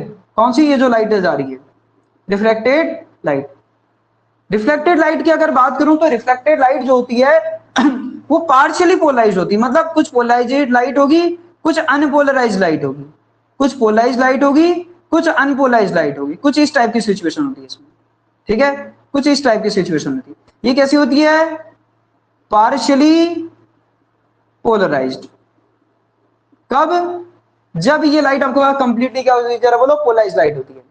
एक एक टर्म को समझना है। मैंने कहा कि आपके पास क्या होता है, ब्रूस्टर ने क्या ऑब्जर्व किया एक्सपेरिमेंटली, जब किसी ग्लास सरफेस पर, ये ग्लास सरफेस है, ठीक है, जब किसी ग्लास सरफेस पर लाइट गिराई जाती है किसी पर्टिकुलर एंगल ऑफ इंसिडेंस पर, उस समय हमें क्या देखने को मिलता है, रिफ्लेक्टेड लाइट क्या जरा बोलो, ये क्या है, कंप्लीट, ये क्या है, कंप्लीटली पोलराइज्ड। ठीक है, ये आपके पास कंप्लीटली क्या जरा बोलो, पोलराइज्ड है, या प्लेन पोलराइज्ड भी आप लिख सकते हो, क्योंकि एक ही डायरेक्शन में ऑसिलेशन है। ठीक है, ये कंप्लीटली पोलराइज्ड हो जाती है, ये कैसी होती है जरा बोलो, ये पार्शियली पोलराइज्ड होती है किसी पर्टिकुलर एंगल ऑफ इंसिडेंस पर। ठीक है, और ये जो एंगल ऑफ इंसिडेंस का जब हम आपके पास क्या लेते हैं जरा बोलो, टेंजेंट लेते हैं, एंगल ऑफ आपके पास टेन थीटा लेते हैं, मतलब 10 लेते हैं, एंगल ऑफ 10 आईपी लेते हैं। ठीक है, ये एंगल ऑफ इंसिडेंस का हम जब हम क्या लेते हैं जरा बोलो, टेंजेंट लेते हैं, तो ये किसके इक्वल आता है, ये आता है आपके पास एन। किसके इक्वल आता है जरा बोलो, एन। और एन क्या है जरा बोलो, refractive index of the medium जिस पर लाइट गिराई है। एन क्या जरा बोलो, जिस पर लाइट गिराई है। यही ब्रूस्टर लॉ है यही क्या जरा बोलो, ब्रूस्टर का लॉ। और एक और बात आपको ध्यान में रखनी है, मैं सारी बातें एक बार फिर उसके बाद दिखा दूंगा, ये बात ध्यान में रखनी है, जब ये रिफ्लेक्टेड लाइट, जब reflected light completely plane polarize होती है, जब ये कंप्लीटली पोलराइज होती है उस समय रिफ्लेक्टेड और जो रिफ्लेक्टेड लाइट के बीच जो एंगल होता है ये 90 डिग्री होता है। कितना होता है जरा बोलो, 90 डिग्री। मतलब अगर ये आईपी है और ये आर है, जरा ध्यान सुनना, अगर ये आर है, अगर ये 90 हो चुका है तो ये पता है कि 180 वाली ये स्ट्रेट लाइन है। मैं कह रहा हूं ये 90 है, ये आईपी है, ये आर है, तो अगर ये 90 है, आईपी प्लस आर का सम भी कितना होगा जरा बोलो, क्यों, क्योंकि this angle plus r equal कितना होगा, 180। तो मैंने क्या कहा, जब ये लाइट कंप्लीटली आपका पोलराइज्ड होती है उस समय रिफ्लेक्टेड और रिफ्लेक्टेड लाइट भी क्या होती है जरा बोलो, आपस में परपेंडिकुलर होती है। ये आपको स्टेटमेंट में लिखा दूंगा, टेंशन मत लेना। तो आईपी प्लस आर का सम कितना आएगा जरा बोलो, आईपी प्लस आर का जो सम आएगा ये भी कितना आएगा जरा बोलो, 90। क्यों, क्योंकि आप तीनों को ऐड करके देख लो, इसको इसको और इसको, ये आपके पास 180 आना चाहिए, तो 90 उस तरफ भेजोगे तो कितना आ जाएगा, आईपी प्लस आर कितना आएगा जरा बोलो, 90। तो दो लाइनें यहां से बहुत इंपॉर्टेंट है, एक ये और एक ये। ठीक है, मैं दोनों बातें आपके पास सारी बातें मेंशन कर दे रहा हूं आपको। और ये कैसी लाइट है जरा बोलो, जो आ रही है कैसी लाइट है जरा बोलो, अनपोलराइज्ड लाइट है। कैसी लाइट है, अनपोलराइज्ड लाइट है तो कन्वर्ट होगी पोलराइज्ड लाइट में।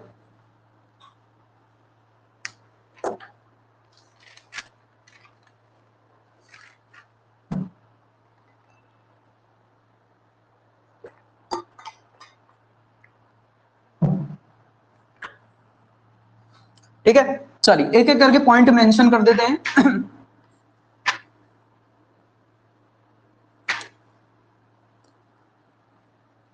ठीक है, चलिए इसमें लिखना when unpolarized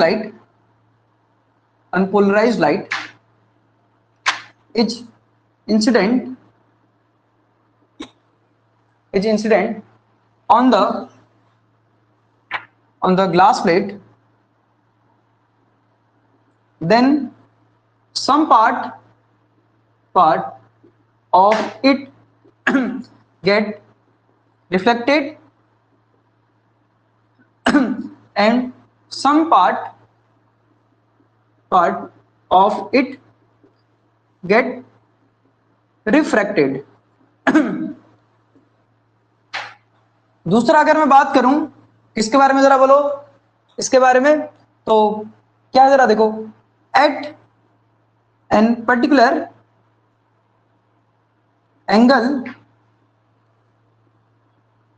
angle of incidence the reflected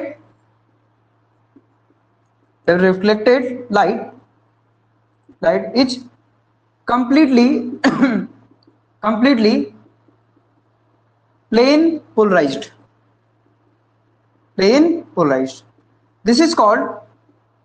This angle is called angle of polarization. क्या बोलते हैं इसको हम? Angle of polarization. क्या बोलते हैं इसको हम? Angle of polarization. ठीक है, नेक्स्ट पॉइंट. 2 पॉइंट हो गए. तीसरा point, according to Brewster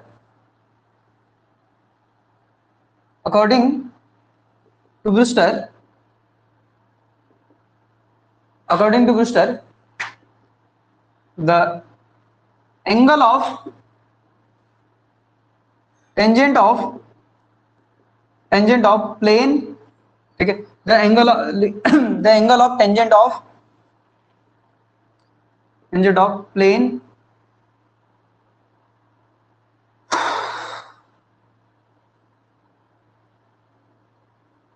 the angle of, इसमें लिखना, एक मिनट, ऐसा नहीं, उल्टा लिखना, इसमें लिखना द टेंजेंट ऑफ, लिखना the tangent of angle of polarization, ठीक है. According to Brewster the tangent of angle of polarization is equal to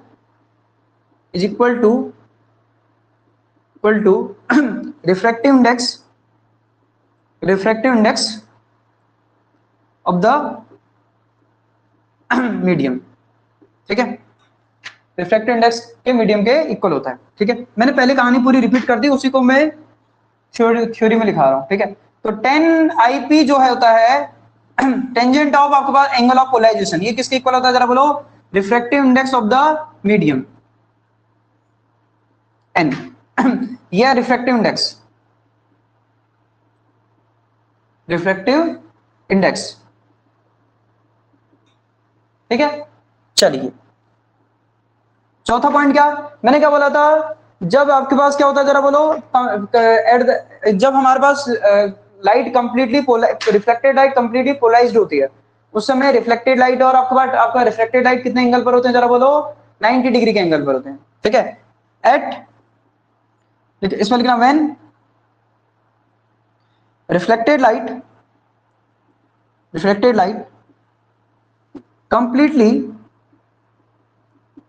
completely polarized, then the reflected light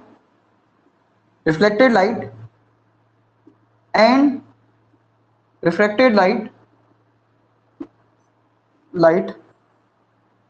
are perpendicular to each other. ठीक है, perpendicular to each other. तो कहने का मतलब क्या है जरा देखो, मतलब आपने देखा था कि IP प्लस R का जो समय आ रहा था किसके इक्वल आ रहा था जरा बोलो? 90 के इक्वल आ रहा था. देखा था नहीं देखा था? आपने फिगर से देखा था? देखो उसमें क्या था, IP प्लस R का सम कितना आ रहा था जरा बोलो? 90. प्रूफ भी कराया जा सकता है लेकिन इतना नहीं भागेंगे अभी. ठीक है, काम की बात है, मैंने 4 पॉइंट में लिखा दिया आपको,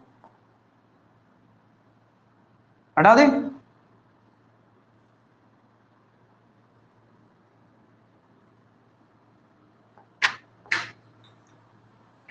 अब हम बात करते हैं क्वेश्चन के बारे में, ठीक है। चलो एक क्वेश्चन लिखना, when a light falls on a glass plate at an angle 60 degree, ठीक है, देन, ठीक है, विद द नॉर्मल लिख देना, एंगल विद द नॉर्मल पता होना चाहिए कहां से, with the normal, then reflected light completely plane polarized, ठीक है, polarized, then the refractive index of the medium, या फिर refractive index of the glass plate लिखना, ग्लास प्लेट, ठीक है। इस टाइप के क्वेश्चन आता है, बहुत सिंपल सा क्वेश्चन होता है। इसे मैं एक और पार्ट पूछ ले रहा हूं मैं, ठीक है, इसी में एक और पार्ट, ऑल्सो फाइंड, ठीक है, एंगल ऑफ रिफ्रैक्शन, चलो दोनों बताओ, मैं दोनों के लिए ऑप्शन बना दे रहा हूं यहां, ठीक है, √3, option B √3/2, option C 1/√3, option D आपके पास 1.5। पहला ये इसके लिए ऑप्शन है, किसके लिए, रिफ्रैक्टिव इंडेक्स के लिए। दूसरा इसके ऑप्शन यहां बना देता हूं मैं, option A, option B, option C, option D, ठीक है। ये 30 डिग्री, 60 डिग्री, 45 डिग्री, 90 डिग्री, फटाफट बताओ तो आंसर, चलो टाइम वेस्ट करे हुए बिना।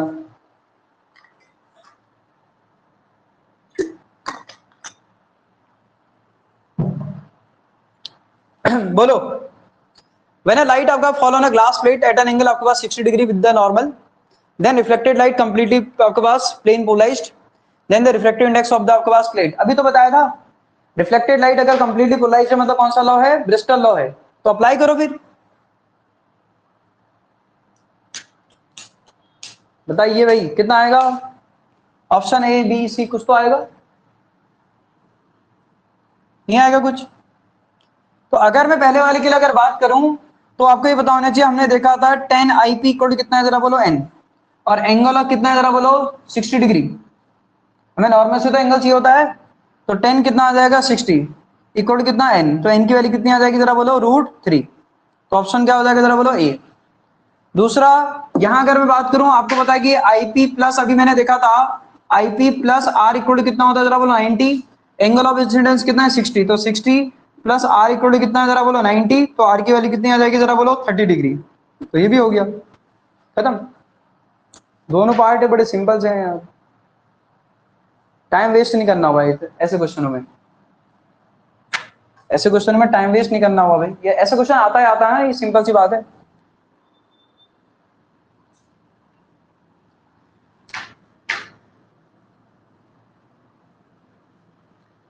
चलिए अब दूसरे इसमें आपके पास डिस्कस करते हैं, दूसरा लॉ जो आपके उसमें मेंशन है, दूसरा लॉ है मेलस लॉ, ठीक है, दूसरा लॉ है क्या जरा बोलो, मेलस लॉ।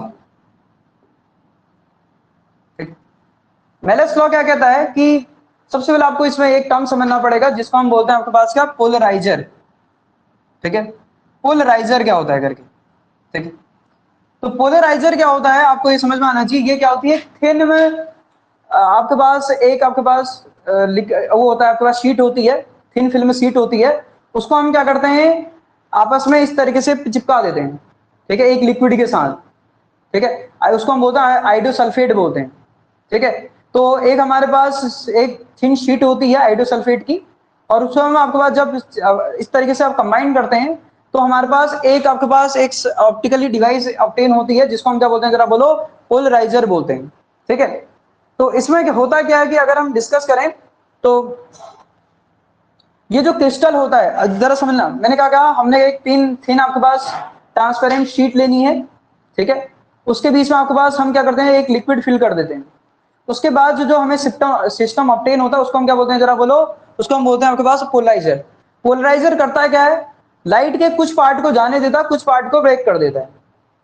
खासकर आप वर्किंग फंक्शन अगर समझना चाहें तो वर्किंग फंक्शन क्या होता है, पोलराइजर एक ऐसी डिवाइस होती है जो लाइट के कुछ पोर्शन को जाने देती है, कुछ पोर्शन को क्या कर देती है, ब्रेक कर देती है। उसको हम क्या बोलते हैं, जरा बोलो, पोलराइजर बोलते हैं। ठीक है, इसमें यहाँ अगर लिखना चाहो तो लिख सकते हो, दीज आर आपके पास क्या, दीज आर थिन फिल्म, ठीक है, शीट ऑफ, लिख देना आपके पास क्या, अब आपके उसमें लिखना, एक हमारे पास क्रिस्टल होता है जिसको हम बोलते हैं आपके पास क्विनिन क्रिस्टल बोलते हैं, क्विनिन आइडोसल्फेट, ठीक है, आइडोसल्फेट। ठीक है, विद देयर लिखना, with their optical axes parallel to each other, इसका मतलब क्या, जरा सुनना। अदर मैंने क्या कहा, आप ऐसा समझिए कि सपोज कर लिया एक आपके पास क्या, जरा बोलो, एक सीट ये है। ठीक है, इसकी ऑप्टिकल एक्सेस होती है ऐसे करके। ऑप्टिकल एक्सेस का मतलब क्या होता है, जिन एक्सेस से ये लाइट को जाने देगा उनको बोलते हैं ऑप्टिकल एक्सेस, या इनको बोलते हैं, इन्हीं को हम बोलते हैं ऑप्टिकल एक्सेस, या इन्हीं को हम बोलते हैं ट्रांसमिशन एक्सेस भी बोलते हैं। और क्या बोलते हैं, इन्हीं को, या फिर इन्हीं को हम आपके पास क्या बोलते हैं, बोलो, और इन्हीं को हम बोलते हैं, इन्हीं को लिख देना, ट्रांसमिशन एक्सेस भी बोलते हैं, ट्रांसमिशन एक्सेस। ठीक है, तो मैंने कहा जो अब हम करते क्या है, इस तरीके थिन शीट होती है, इनको हम आपस में पैरेलल कंबाइन कर देते हैं। ठीक है, लिखा अभी विद देयर आपके पास क्या, optical axes parallel to each other, मतलब पहली वाली शीट ऐसी होगी तो दूसरी भी इसी के ऐसे ही रखूंगा पैरेलल। ठीक है, उसके बाद जो सिस्टम ऑब्टेन होता है, ये आपके पास एक ऑप्टिकल डिवाइस है, लिख देना क्या है, ऑप्टिकल डिवाइस है। ठीक है, जो क्या करती है, जो अनपोलाइज लाइट को पोलाइज लाइट में कन्वर्ट करने का काम करती है।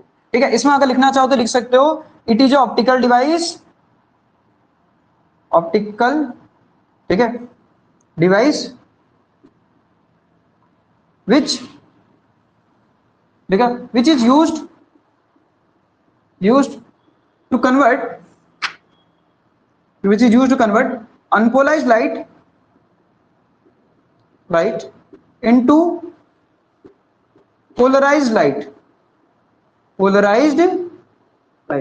एक अनपोलाइज्ड लाइट को पोलाइज्ड लाइट में कन्वर्ट करने का जो प्रोसेस होता है, हम वो किसके थ्रू भी कर सकते हैं, जरा बोलो, पोलराइजर के थ्रू भी कर सकते हैं। बात समझ आई। और आपके पास इसमें होता क्या, जरा बोलो, ये थिन फिल्म शीट होती है क्विनिन आइडोसल्फेट क्रिस्टल की।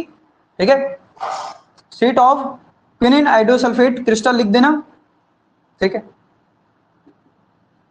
ठीक है, विद देयर ऑप्टिकल एक्सेस आपके पास parallel to each other, optical axes इसमें क्या होती है, जरा बोलो, पैरेलल होती है। ये एक ऑप्टिकल डिवाइस है जो आपको अनपोलाइज्ड लाइट को पोलाइज्ड लाइट में कन्वर्ट करने का काम करती है। ये दो बातें आपको पता होनी चाहिए। ठीक है, ये मेलस लॉ नहीं है, मेलस लॉ तो मेलस लॉ के बीच में पोलराइजर आएगा इसलिए पोलराइजर बता है, ये ध्यान में रखना। पोलराइजर बीच में आएगा इसलिए पोलराइजर सबसे पहले बता दे पोलराइजर क्या है करके, इसकी कहानी। ठीक है, डिवाइस है जो अनपोलाइज्ड लाइट को पोलराइज्ड लाइट में कन्वर्ट करने का काम करती है, सिंपल सी बात है। ठीक है, अब जरा देखो फिर मेलस ने क्या देखा, अगर ये एक अनपोलाइज्ड लाइट है, जरा देखो ध्यान सुनना। ठीक है, क्वार्ट्ज क्रिस्टल भी हमारे पास अनपोलाइज्ड लाइट को पोलाइज्ड लाइट में कन्वर्ट करने का काम करते हैं। ठीक है, टूरमेलिन क्रिस्टल भी करते हैं, ये ध्यान में रखना। कौन कौन से करते हैं, टूरमेलिन हो गया, क्वार्ट्ज क्रिस्टल हो गया, ये अनपोलाइज्ड लाइट को पोलाइज्ड लाइट में बदलने का भी काम करते हैं। लिखना चाहो तो आप लिख सकते हो। ठीक है, तो मेलस ने क्या देखा, मेलस ने ये देखा कि आपके पास जब किसी अनपोलाइज्ड लाइट को हम क्या, अनपोलाइज्ड लाइट मतलब ऐसी लाइट, जिसमें दोनों तरफ वाइब्रेशन है, प्लेन ऑफ परपेंडिकुलर भी और पैरेलल भी। जब दोनों डायरेक्शन में वाइब्रेशन होते हैं तो जब इसको क्या करा जरा बोलो, इसमें आपके पास क्या करा जरा बोलो, इससे एक पोलराइजर से पास करा है, किससे, पोलराइजर से पास करा है। पोलराइजर में आपको क्या क्या होती है जरा बोलो, ऑप्टिकल एक्सेस। ऑप्टिकल एक्सेस मतलब जिन एक्सेस से लाइट पास होगी इनको बोलते हैं ऑप्टिकल एक्सेस। जब इन एक्सेस से लाइट को पास कराया तो लाइट की जो आपके पास हमें देखने को मिलती है, लाइट कैसी हो जाएगी जरा बोलो, पहली बात पोलराइज्ड लाइट हो जाएगी। लाइट क्या हो जाएगी जरा बोलो, पोलराइज्ड हो जाएगी। ये आपके पास पोलराइज्ड लाइट है, ठीक है, जरा बोलो पोलराइज्ड लाइट है। तो पहली बात अगर आपको यहां से अगर एक बात बताऊं,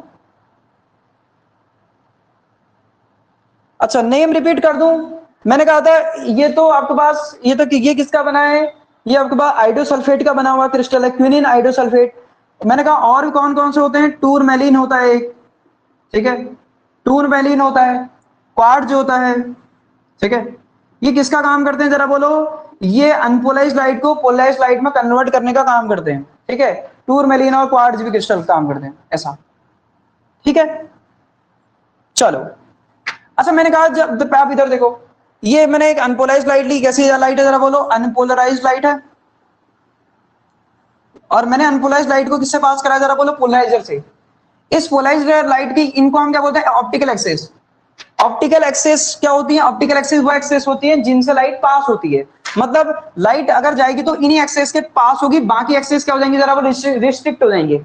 अगर आप ऐसा समझिए कि ये आप जरा देखो, ये मान लो दूर है, ठीक है, ये क्या जरा आप ऐसा समझ लो दरवाजा है और आप मान लो सपोज कर ऐसे आ रहे हैं, मान लो आप ये हो, ठीक है, आप ऐसे आ रहे हो तो पार कर पाओगे इसको, कभी भी नहीं कर पाओगे। आपको कैसे जाना पड़ेगा, इसके पैरेलल जाना पड़ेगा, तभी आप इसको पार कर पाओगे। तो आप ये इसमें सिचुएशन होती है कि जो इसको हम पोलरॉइड भी बोलते हैं। आपने अगर क्लास कभी अगर आपने ग्रेजुएशन के टाइम पर या आपके पास 11th-12th के टाइम पर आप कभी आपने देखा होगा, स्कूल में भी होते ब्लैक ब्लैक कलर के हो, इनको हम आपके पास क्या पोलरॉइड भी बोलते हैं, ठीक है, पोलरॉइड भी बोलते हैं, ठीक है, इनको हम क्या बोलते हैं जरा बोलो, पोलरॉइड भी बोलते हैं। अब जरा देखने की कोशिश करिएगा, मैंने क्या कहा, इसमें आप इस टाइप की सिचुएशन समझिए कि इस तरीके से आपके पास डूर बने होते हैं, इसके अंदर ऑप्टिकल एक्सेस ये डूर की तरह काम कर रहे हैं। जो इस टाइप के तो इसको तो नहीं जाने देंगे, लेकिन इस टाइप की लाइट को जाने देंगे। समझ में आई बात? चलिए, तो ये अनपोलराइज्ड लाइट है, इसमें से जो वाले जो वाइब्रेशन है वो क्या हो जाएंगे जरा बोलो, रुक जाएंगे। सिर्फ इसी के पैरेलल वाले ऑप्टिकल एक्सेस के पैरेलल वाले वाइब्रेशन क्या हो जाएंगे जरा बोलो, पास हो जाएंगे। एक बात सबसे इंपॉर्टेंट बात है कि जब भी अनपोलराइज्ड लाइट को पोलराइजर से पास कराया जाता है तो जो बाद में जो लाइट की जो इंटेंसिटी हो जाती है, क्योंकि आप पूरी यहां से पूरी लाइट भेजिए तो यहाँ कैसी लाइट मिलेगी जरा बोलो, आधी लाइट पास हो पाएंगे जो पैरेलल होंगे इसके, जो इसके परपेंडिकुलर होंगे तो पास ही नहीं हो पाएंगे। तो लाइट की जो इंटेंसिटी हो जाती है, पहली बात क्या हो जाती है जरा बोलो, घट जाती है, और घट के कितनी हो जाती है जरा बोलो, आधी। ये ध्यान में रखना है, सपोज से इंपॉर्टेंट बात बोल रहा हूं। जब भी अनपोलराइज्ड लाइट को किसी पोलराइजर से पास कराया जाता है तो पोलराइज्ड लाइट जो ऑब्टेन होती है उसकी जो इंटेंसिटी हो जाती है कितनी हो जाती है जरा बोलो, घट जाती है, और कितनी रह जाती है, हाफ रह जाती है, ठीक।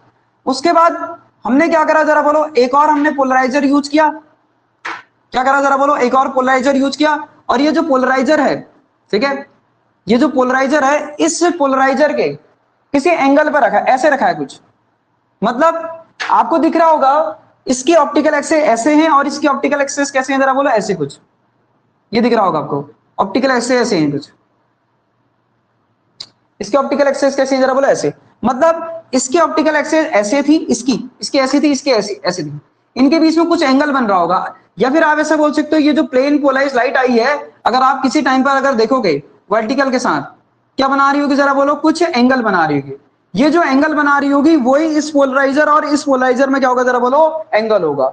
ये जो बाद में पोलराइजर यूज किया जाता है इसको हम बोलते हैं एनालाइजर बोलते हैं। क्या बोलते हैं हम इसको?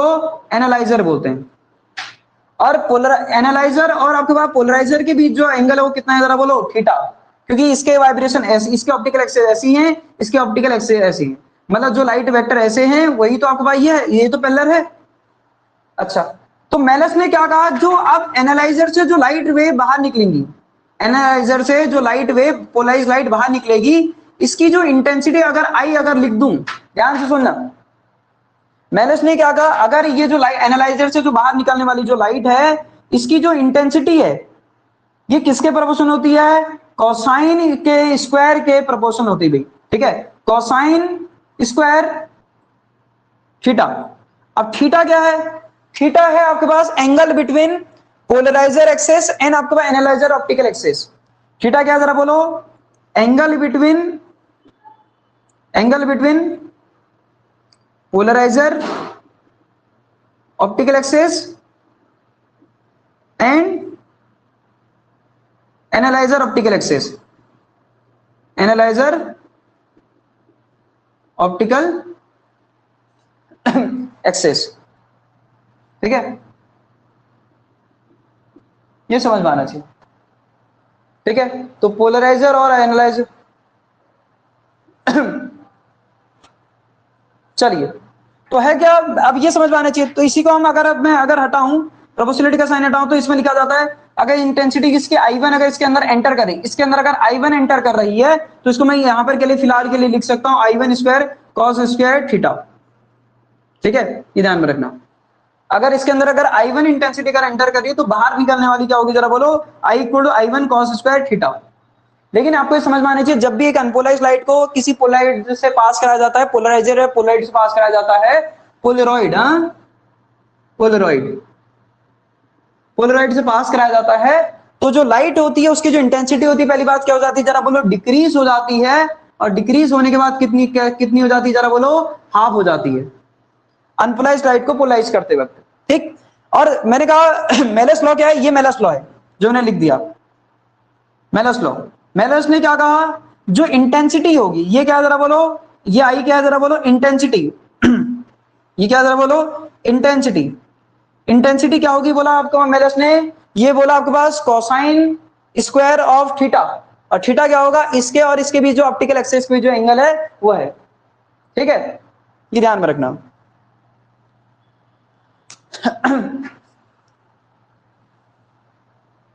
हटा दे इसको।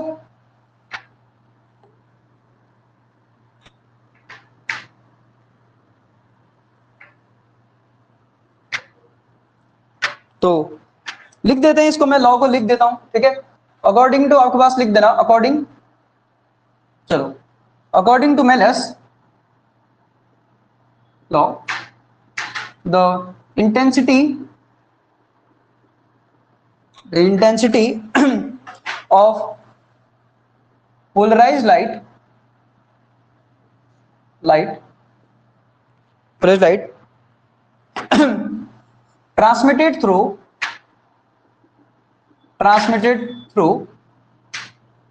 analyzer is proportional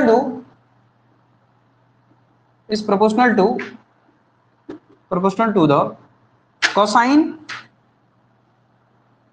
ठीक है, proportional to cosine square of the angle between the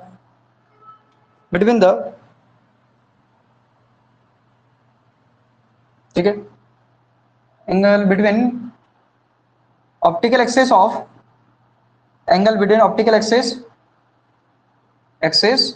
of polarizer and analyzer, ठीक है। ऑप्टिकल एक्सेस को प्लेन ऑफ ट्रांसमिशन भी बोलते हैं, कभी कभी ध्यान में रखना, प्लेन ऑफ ट्रांसमिशन। मैंने ये ध्यान में, मैं बार बार बोला, इस बात को सुन लेना, ये ऑप्टिकल एक्सेस है जिनसे लाइट पास होगी, इनको हम प्लेन ऑफ ट्रांसमिशन भी बोलते हैं, ठीक है। प्लेन ऑफ ट्रांसमिशन भी वर्ड लिखा हो सकता है, तो ध्यान रखना, प्लेन ऑफ ट्रांसमिशन बोलो या ऑप्टिकल एक्सेस बोलो, बात देखिए, ठीक है। अब जरा देखो,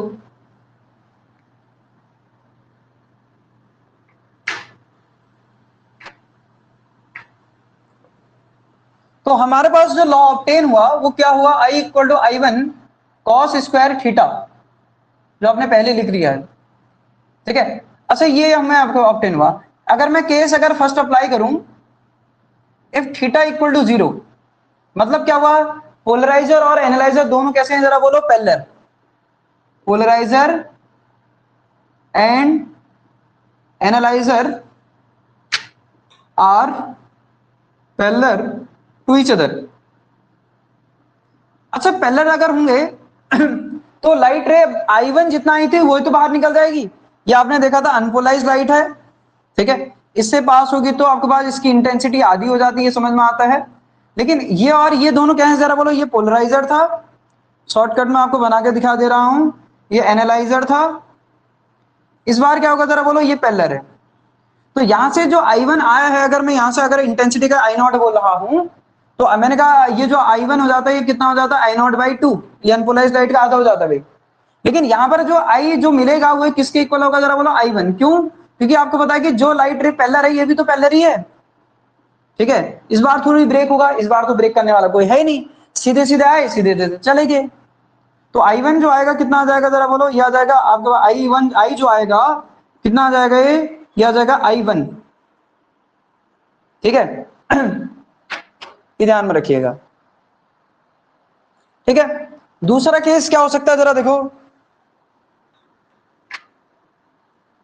दूसरा केस ये हो सकता है,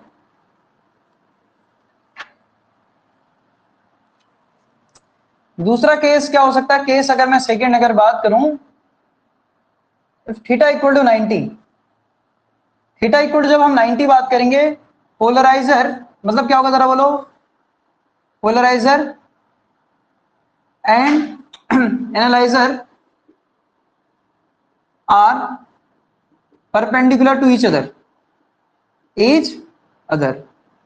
मतलब ये आपके अनपोलाइज लाइट थी, यहां से आपने पास कराया था कुछ ऐसी सिचुएशन में, तो पैरेलल लाइट तो पास हो जाएंगे इस तरीके से, ऑप्टिकल एक्सिस के पैरेलल लाइट पास होंगी। अब ये कुछ ऐसे है, अब ये पास का होने देगा क्या इन वेक्टर को, बताओ तो जरा, ये पास होने देगा क्या? नहीं, ये तो ऐसी लाइट वेव्स को पास होने देगा, इस टाइप की थोड़ी पास होने देगा। तो यहाँ जो इंटेंसिटी मिलेगी इस बार कितनी मिलेगी, 0। तो क्यों? क्योंकि आप मैथमेटिकली भी चेक कर सकते हो, cos स्क्वायर 90, तो आई की वैल्यू कितनी आ जाएगी जरा बोलो, 0। तो आपको ये समझ में आना चाहिए, जब पोलराइजर और एनालाइजर आपके पास परपेंडिकुलर होते हैं, देन जो आउटवर्ड जो आपका पोलराइज लाइट होती है, जो इमर्जेंट पोलराइज लाइट होती है, इसकी इंटेंसिटी कितनी होती है जरा बोलो, 0। और ये ध्यान में रखना, जब पोलराइजर और एनालाइजर पैरेलल होंगे उस समय जो इमर्जेंट लाइट की जो पोलराइज लाइट है उसकी जो इंटेंसिटी होगी मैक्सिमम होगी।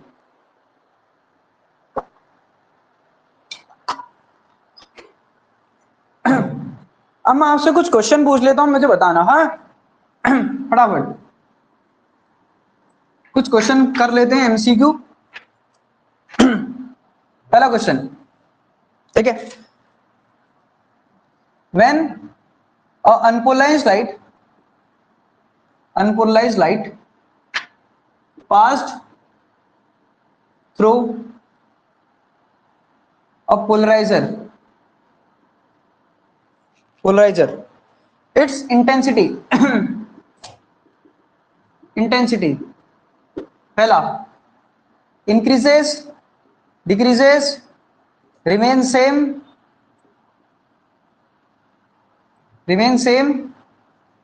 और नेक्स्ट है आपके पास क्या, 0। बोलो, मैंने क्या बोला, when unpolarised light pass through a polarizer then its intensity, unpolarized light को पोलराइजर से पास करा, इंटेंसिटी क्या होगी, इंक्रीज होगी, डिक्रीज होगी, रिमेन सेम रहेगी, 0। बताओ तो जल्दी जल्दी बताओ तो, ठीक है। फिर दूसरा क्वेश्चन करते हैं।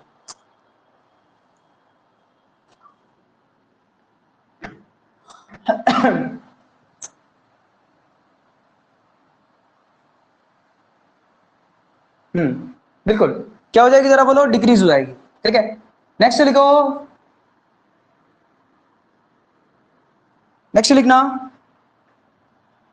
व्हेन अनपोलराइज्ड लाइट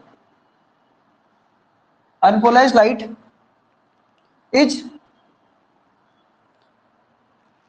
ठीक है, polarized then its intensity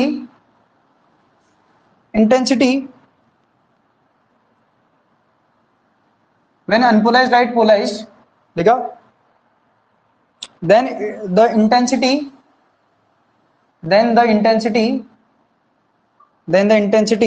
of light, देखा, of light of the polarised wave, option A remain same, सुनना दूसरा, ठीक है, get double,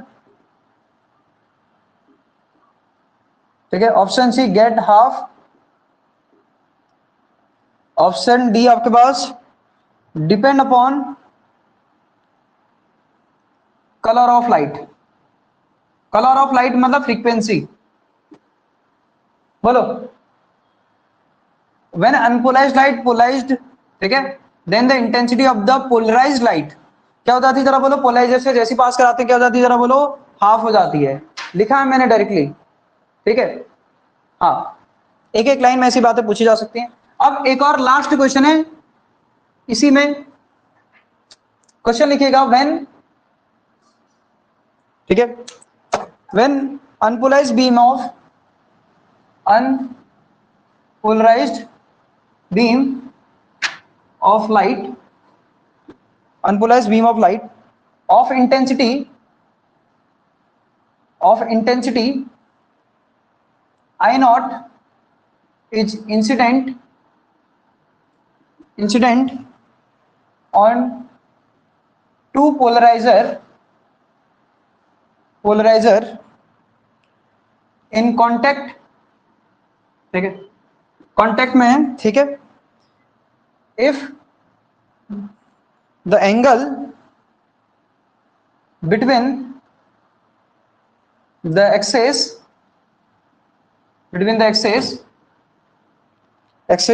of the two polarizer is 60 degree, then the intensity of the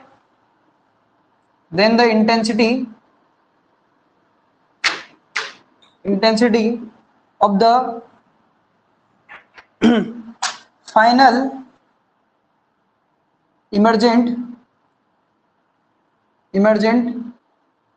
ठीक है, emergent light, बोलो। तो ये बताना आपको, ऑप्शन ए है आई नॉट बाई 2, ऑप्शन बी है आई नॉट बाई 4, ऑप्शन सी है आई नॉट बाई 8, ऑप्शन डी है आई नॉट बाई 16, बोलो। व्हेन आपके पास बोला unpolarised light beam of light बोला है, इंटेंसिटी आई नॉट, ठीक है, इज इंसिडेंट बोला on two polariser in contact, angle between the access of two polariser बोला is 60 degree, then the intensity of the final emergent light बोला, ठीक है। अब सिचुएशन कैसी है समझ लेते हैं फटाफट।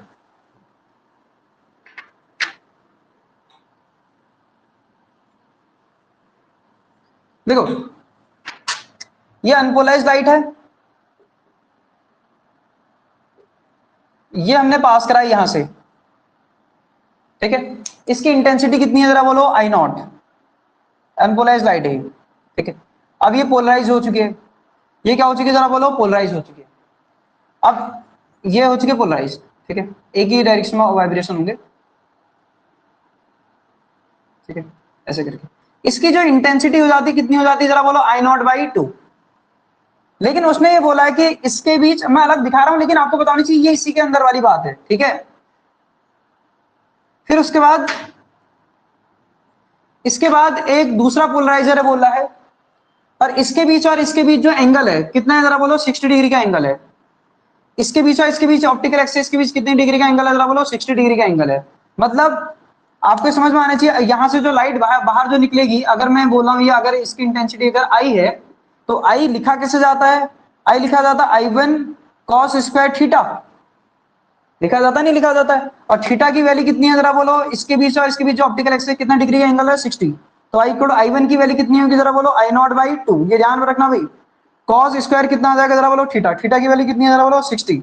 तो आई की वैल्यू कितनी आ जाएगी, आई नॉट बाई 2, और कितना आ जाएगा जरा बोलो, यह आ जाएगा 1/2 का स्क्वायर।